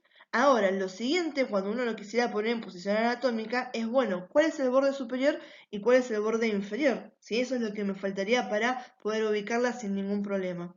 Y en este caso vamos a ver que en la cara interna, ¿sí? De estas costillas típicas, voy a encontrar un surco, ¿sí? Que se llama surco subcostal, que este es inferior, ¿sí? Entonces el surco subcostal siempre tiene que estar mirando para abajo, ¿sí? Se llama subcostal, ¿sí? Porque va a proteger a los vasos y los nervios, ¿sí? Intercostales, ¿bien? Que están por debajo de la costilla, ¿sí? Entonces el cuerpo es delgado, es plano, es curvo, tiene un ángulo costal, que es el punto donde esa costilla está haciendo un giro hacia anterolateral. Y voy a ver en la parte inferior de la costilla, ¿sí? Un surco, el que llamamos surco subcostal, que tiene, ¿sí? La propiedad de proteger a estos vasos intercostales. Bien, acá estamos viendo un dibujo, ¿sí? Donde podemos unificar todos aquellos conceptos que estuvimos describiendo. Si no me equivoco, esto está sacado directamente del MUR, ¿sí? Yo les voy nombrando cuando me acuerdo de dónde están los gráficos para que el que se haya descargado el libro lo pueda chusmear y los pueda buscar, ¿bien? Entonces, lo importante acá es que se den cuenta que la empezamos a describir desde posterior, ¿sí? Ya les había dicho, la cabeza de la costilla es posterior y articula con esta estructura que es la columna vertebral torácica, ¿sí? Todas las costillas, tenemos 12 costillas, tenemos 12 vértebras torácicas, ¿sí? Así que cada una de las costillas está articulando con la vértebra, ¿sí? De su propio número. Y después tenemos este tema, ¿sí? Con las costillas típicas que articulan con la vértebra propia y la vértebra superior, ¿sí? Además de que está articulando, ¿sí? La parte del tubérculo, ¿sí? La porción articular lisa, con la apófisis transversa, ¿sí? Entonces articula a nivel del cuerpo de la vértebra y a nivel de la apófisis transversa de la vértebra, ¿sí? Entonces, tenemos acá la descripción de la cabeza, ¿sí? Donde vamos a ver que tengo dos carillas, una carilla inferior y una carilla superior, que están separadas por una cresta, ¿sí? Luego tengo un espacio, ¿sí? Entre lo que sería la cabeza y el tubérculo que está justo en el punto de unión con el cuerpo, donde voy a describir el llamado cuello de la costilla. Terminando el cuello y antes de seguir con el cuerpo, tengo acá qué cosa, ¿sí? El tubérculo, que el tubérculo tiene una porción articular que va a ser lisa para que se articule la costilla con la apófisis transversa de la vértebra del mismo número y una porción no articular, ¿sí? Que va a ser rugosa y es donde se está insertando el ligamento costotransversario. Luego tengo el cuerpo, ¿sí? Que tiene un ángulo costal, que es el punto donde la costilla gira, y se dirige hacia postero-anterior, ¿sí? Sería en realidad hasta anterolateral, ¿sí? No postero-anterior, anterolateral, ¿sí? Y eso es lo que está pasando acá. Y cuando veo que gira, ¿sí? La parte articular con el cartílago, ¿sí? Que va a articular con el esternón, ¿sí? Es lisa, ¿sí? De esta manera yo puedo saber qué es posterior y qué es anterior. Y acá en el borde inferior tengo en la parte interna de la costilla un surco al que llamamos surco subcostal, que acá en esta parte de costado lo podemos ver bien. De esta manera puedo identificar claramente cuál es el borde superior y cuál es el borde inferior de la costilla para ponerla en posición anatómica. Esto es simplemente un dibujo, recuérdenme si no se los subí que se los pase, ¿sí? De esta manera y sin las referencias para que lo puedan imprimir. De vuelta, fíjense que yo no soy ningún Picasso, ¿sí? El dibujo intentó ser lo que tenían recién, bien sencillo para que ustedes puedan tener bien cada una de las características a tener en cuenta cuando describimos una costilla típica que van a ser de la 3 a la 9. Bien, acá tenemos las costillas atípicas y fíjense en que a simple vista nos damos cuenta que no guardan relación entre ninguna de ellas, no se parecen a las costillas que estuvimos describiendo recién, ni siquiera tendrían una forma de poder describirlas a ellas y que sea algo fidedigno para las cuatro costillas que estamos viendo en la imagen. Recuerden igual que las costillas atípicas son 5, ¿sí? La 1, la 2, la 10, la 11 y la 12, ¿sí? Acá 10 a 12, en el medio está la 11, ¿bien? Entonces, la costilla 1, ¿sí? Vamos a ver que ella es mucho más cortita, mucho más horizontal que el resto de las costillas, ¿sí? La costilla número 2 ya está un poco en transición, está como en el medio entre ser rara y ser de las típicas, pero todavía tiene sus particularidades que hace que la separe del resto. Y la costilla número 10, 11 y 12, ¿sí? Cada una de ellas también tiene sus particularidades. La 11 y la 12 son más parecidas entre ellas al momento de describirlas, pero igual se guardan ciertas, ¿sí? Particularidades que son de cada uno. Por lo tanto, tenemos que poder describir a cada una de estas 5 costillas atípicas por separado con las características que la describen, ¿sí?, de forma correcta a cada una. Empezamos con la costilla número 1, ¿sí? Esta es más ancha que el resto, va a ser más plana y más corta, y además es la más horizontal, ¿sí? La que es menos torcida sobre el eje. Esta, ¿sí?, a diferencia de las típicas que articulaban con una y otra vértebra, va a articular solamente con la vértebra de su propio número. Le hace ole totalmente a las vértebras cervicales. No quiere saber nada con eso. Entonces, la costilla número 1 va a articular con la vértebra torácica número 1.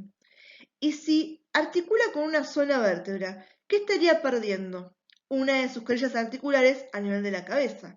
El cuerpo en eso, ¿sí?, es súper económico, no va a estar teniendo algo que no va a utilizar, ¿sí? Por lo tanto, la costilla número 1 solamente tiene a nivel de la cabeza una carilla articular que es para que articule con la vértebra de su propio número, ¿sí? Es lo que va a tener en el cuerpo, ¿sí? Esta costilla son 2 surcos transversales, porque ¿qué tengo arriba de la costilla número 1? ¿Sí? La clavícula. ¿Y qué pasaba por debajo de la clavícula y por arriba de la costilla? ¿Sí? Los vasos subclavios, ¿bien? Entonces, esos vasos subclavios que se apoyan sobre la primera costilla están dejando sus surcos, ¿bien? Entonces, en la parte superior del cuerpo de la costilla número 1, voy a ver que tengo 2 surcos transversales que están atravesando esa cara superior, ¿sí? Y están separados por el tubérculo y la cresta de un músculo que se está insertando en esta costilla, que va a ser el escaleno, que es uno de los tantos músculos que tenemos para describir en la región del cuello. Y justamente uno decía por dónde pasaban los vasos subclavios, ¿sí?, por los triángulos del escaleno, ¿sí? Entonces fíjense cómo está todo en relación con algo que ya venían estudiando ustedes en anatomía 1. Acá la estamos viendo la costilla número 1, esto es una visión superior, esto es posterior, esto es anterior, ¿sí? Acuérdense lo que les decía, la cabeza es posterior, ¿sí? La parte más lisa y con menos cantidad de accidentes es anterior, porque acá tengo el cartílago, ¿sí? Acá tendría el cartílago es algo liso, ¿sí? Entonces no me genera ningún accidente, ¿sí?, extraño en esta altura, ¿bien? Después, ¿qué tengo? ¿Sí? Fíjense, acá tengo una sola carilla articular. ¿Quién me articula ahí? La primera vértebra torácica. Entonces, la vértebra torácica, ¿sí? 1 es la única que está articulando con esta región que está acá. ¿Bien? Después tengo, ¿sí?, el tubérculo, esto no me cambia, que es con lo que articula con la apófisis transversa de la vértebra torácica número 1. Voy a tener, sí, acá, bien, 2 surcos, que son los surcos subclavios, tanto para la arteria como para la vena subclavia, ¿sí? Y en el medio están separados por un tubérculo que va a ser el tubérculo del escaleno, ¿sí? Fíjense que el escaleno, ¿sí?, el escaleno anterior y el escaleno medio son los que se están articulando, ¿sí?, en la cara superior de la costilla, ¿bien? Y como estamos viendo, es una costilla que es más corta, es más plana, es más ancha y es menos torcida sobre su eje que el resto de las costillas que venimos describiendo. Bien, la costilla número 2 no es tan rara como podría ser, ¿sí? Como les decía, esta está como de transición, porque está en el medio de la 1, que es recontra típica, y la 3, que es atípica. ¿Cuál es la característica de la costilla número 2 que no me puedo olvidar, porque es realmente lo que me la distingue del resto? Es que voy a encontrar, ¿sí?, en la parte superior, ¿sí?, una superficie que es rugosa, y cada vez que tengo algo rugoso es porque algo se está insertando. En este caso, lo que se está insertando en esa superficie va a ser, ¿sí?, el serrato anterior. Bien, entonces voy a tener la tuberosidad del serrato anterior, ¿sí?, que es justamente donde está originando este músculo. Bien, después vamos a ver que esta es finita, ¿sí?, es mucho más fina que la costilla número 1, ¿sí? El cuerpo tiende a ser un poco más parecido a de las costillas típicas, es menos curva, ¿sí?, y es mucho más larga que la primera, y tiene ahora sí 2 carillas para articularse con los cuerpos vertebrales, tanto de T1 como de T2, ¿sí? Una carilla que articula con la vértebra de su propio número, que sería la vértebra torácica número 2, y una carilla que articula con la vértebra torácica superior, que sería la vértebra torácica número 1. Bien, y como les dije, principal rasgo atípico, esta tuberosidad del serrato anterior que está en la superficie superior de esta costilla. Acá estamos viendo de vuelta, es una visión superior, esto es posterior, esto es anterior, ¿sí?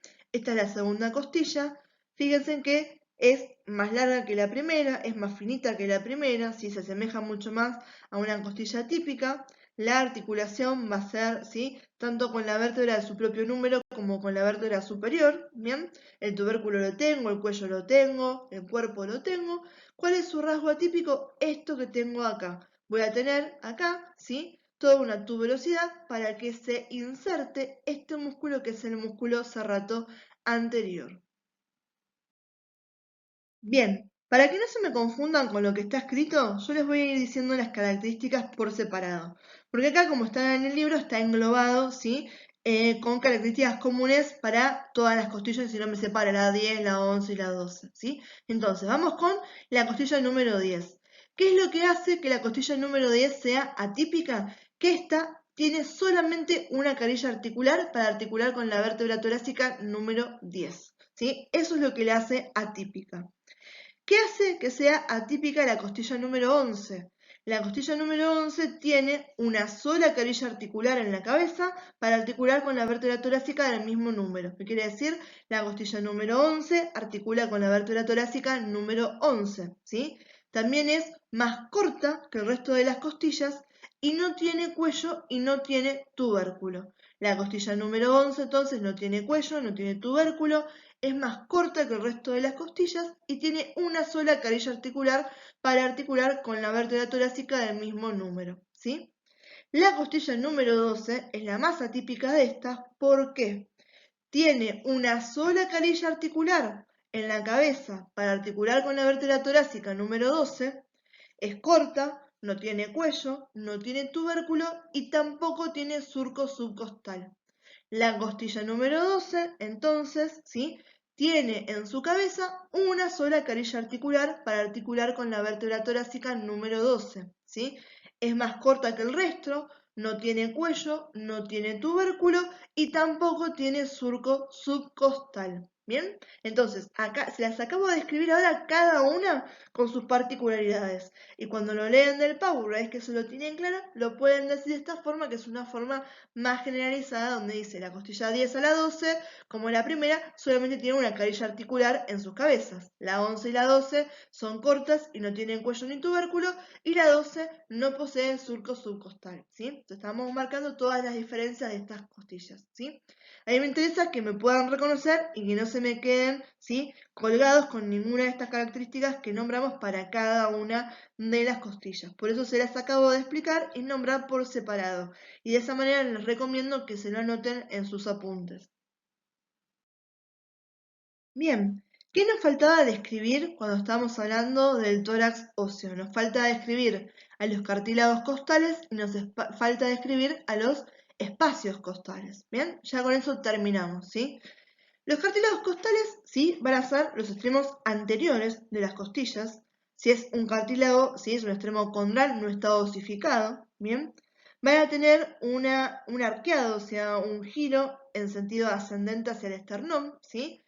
Y van a ser los responsables, junto con la morfología en sí de la costilla, de darle esa elasticidad, ¿sí? Esa posibilidad de resistir un poco las tensiones, ¿sí?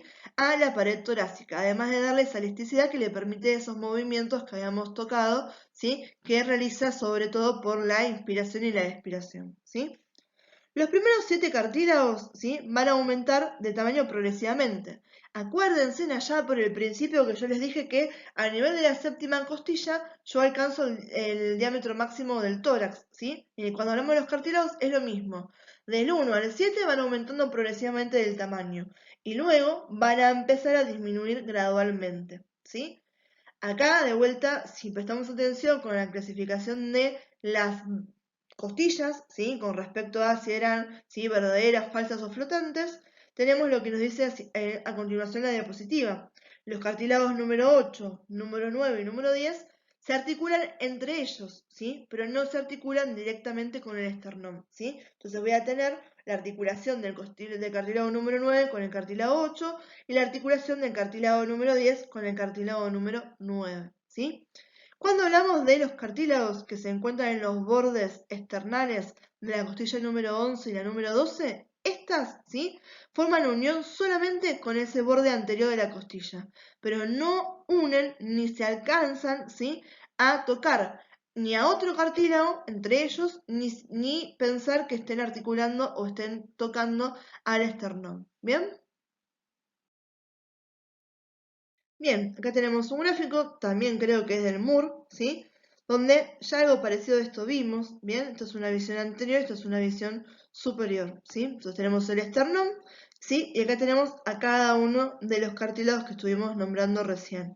Fíjense en cómo los cartílagos de acá, ¿sí?, se están articulando entre ellos, ¿bien? El 8, el 9 y el 10, ¿bien? Están formados de lo que se llaman articulaciones intercondrales, ¿bien?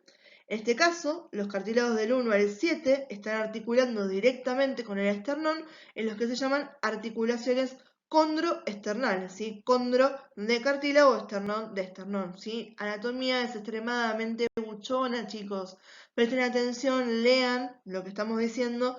Tengan 2 segundos de pensar de qué me está hablando, cómo está compuesta la palabra y ya les recontra buchonea un montón de información. ¿Bien? Y acá obviamente es una visión anterior, esta es una vértebra torácica, ¿sí? Fíjense acá, lo que me interesa es que me sirve para explicarles un poco de esa articulación que estuvimos visto, ¿sí? Entonces, acá tenemos el cuerpo vertebral, ¿sí? Acá está una de las carillas, ¿sí?, de la cabeza de la costilla, acá, ¿sí? Está articulando con el cuerpo vertebral, ¿bien? Y la otra me está articulando a esta altura con lo que es apófisis, perdón, lo que es, sí, una apófisis transversa, ¿sí? Casi le digo apófisis difoidea, por eso me trabé, ¿sí? Entonces, acá articula la carilla con la apófisis transversa y adelante articula la costilla con el cuerpo de la vértebra, ¿sí? Entonces, para que tengan una idea, esta es una vértebra, ¿sí? Este es el cuerpo de la vértebra, ¿bien? Por eso articula con el cuerpo. Esta es la apófisis espinosa, esta y esta son las apófisis transversas, ¿sí? Y estas que tenemos acá son dos apófisis articulares superiores, ¿sí? Después tenemos dos apófisis articulares inferiores que no las vemos, ¿bien? Esto que está acá es lo que se llama foramen vertebral, por donde está pasando la médula, ¿sí?, espinal, ¿bien? Y después estamos viendo todo esto que está acá, que se llama el arco vertebral, que está formado por el pedículo, que no lo vemos pero está acá, y las láminas, que es esto que está ahí, ¿sí? Entonces, quédense tranquilos que igual esto lo vamos a recontra ver en la clase que viene, ¿sí? Me interesa acá que retengan esta información, esta articulación de la cabeza de la costilla con la apófisis transversa de la vértebra y con el cuerpo de la vértebra que estuvimos nombrando con anterioridad, ¿sí? Y hacia adelante, cuando vemos acá, ¿sí?, vemos que una de las partes, ¿sí?, la parte esternal anterior de la costilla, articula con el esternón o articula con cualquiera de los otros cartílagos, dependiendo de qué costilla estemos haciendo referencia, ¿sí?, mediante un cartílago, ¿sí?, que es una porción no osificada. Y ahora sí, los últimos, que son los espacios intercostales, ¿sí? Son estos espacios que yo estoy encontrando y me están separando a una costilla de la otra, ¿sí? Entonces, en este caso vamos a ver que los espacios intercostales son 11. Piensen un segundo por qué, ¿sí? De vuelta a esto que les comentaba, que anatomía es recontra buchona con las palabras. Si es intercostales, yo voy a tener que tener dos costillas para poder hacer algo que sea intermedio entre una y la otra, ¿sí? Entonces, el espacio que esté por debajo de la 12ª costilla no lo voy a poder nombrar como intercostal porque abajo de la costilla número 12 no tengo más costillas. Entonces, el espacio número 12, ¿sí?, va a ser llamado espacio subcostal, por debajo de la costilla. Por lo tanto, ¿cuántos son los espacios intercostales? 11. ¿Bien? ¿Cómo los nombro? Los nombro de acuerdo a la costilla que esté formando el borde superior del espacio. ¿Bien? ¿Qué quiere decir? El primer espacio es el que está comprendido entre la costilla número 1 y la costilla número 2, ¿sí? Entonces, es el primer espacio porque el borde, ¿sí?, de superior me lo está dando la costilla número 1, ¿sí? Nosotros empezamos a poder contar los espacios, ¿sí?, intercostales de una forma palpatoria a partir del segundo espacio. ¿Dónde está el segundo espacio? A la altura del ángulo de Lewis, ¿sí? Porque en el ángulo de Lewis, ¿sí?, en la segunda escotadura external es donde está articulando la segunda costilla. Entonces, a esa altura podemos empezar a contar los espacios intercostales. A un punto radiológico quizás no les interese, ¿sí?, demasiado el tema este, pero si el día de mañana, ¿sí?, que no está de más, si quieren seguir, por ejemplo, hemodinamia, se hacen algún curso de electrocardiograma o de Holter, ¿sí?, van a tener que poder contar los espacios intercostales para poner los electrodos donde corresponden, ¿bien? Entonces está bueno que ya más o menos tengan una referencia de dónde lo encuentro, ¿bien? ¿Qué voy a encontrar en los espacios intercostales? ¿Sí? Además de que son separaciones entre las costillas. Voy a tener músculos intercostales, que lo vamos a ver en la clase que viene, membranas, también llamadas intercostales, ¿sí?, y los famosos, ¿sí?, paquete vasculonervioso o VAN, ¿sí?, intercostal. Vasos, ¿sí?, arteria, vena y nervios intercostales. Bueno, parecía interminable, ¿sí? Casi 2 horas de video, pero llegamos al final. ¿Bien? Como siempre, chicos, no se me queden con dudas. Lo que necesiten preguntar, lo que quieran que les explique de vuelta, me van diciendo y lo vamos viendo, ¿sí? Esta es la primera clase, entonces tenemos un montón de conceptos nuevos, ustedes se están adaptando a mi forma de explicar también, ¿sí? Pero tenemos un montón de conceptos que necesitamos utilizar y que vamos a arrastrar para la clase que viene. Por lo tanto, y súper recomendable para anatomía, vayan cerrando etapas, vayan entendiendo esto para poder pasar a la segunda y no la dejen estar para que no se les haga una bola eterna que después es muy difícil de remontar, ¿sí? Entonces, de vuelta, por favor, aprovechen todos los canales de comunicación y no se me queden con dudas, ¿bien? Nos vemos en la próxima clase, les dejo un beso.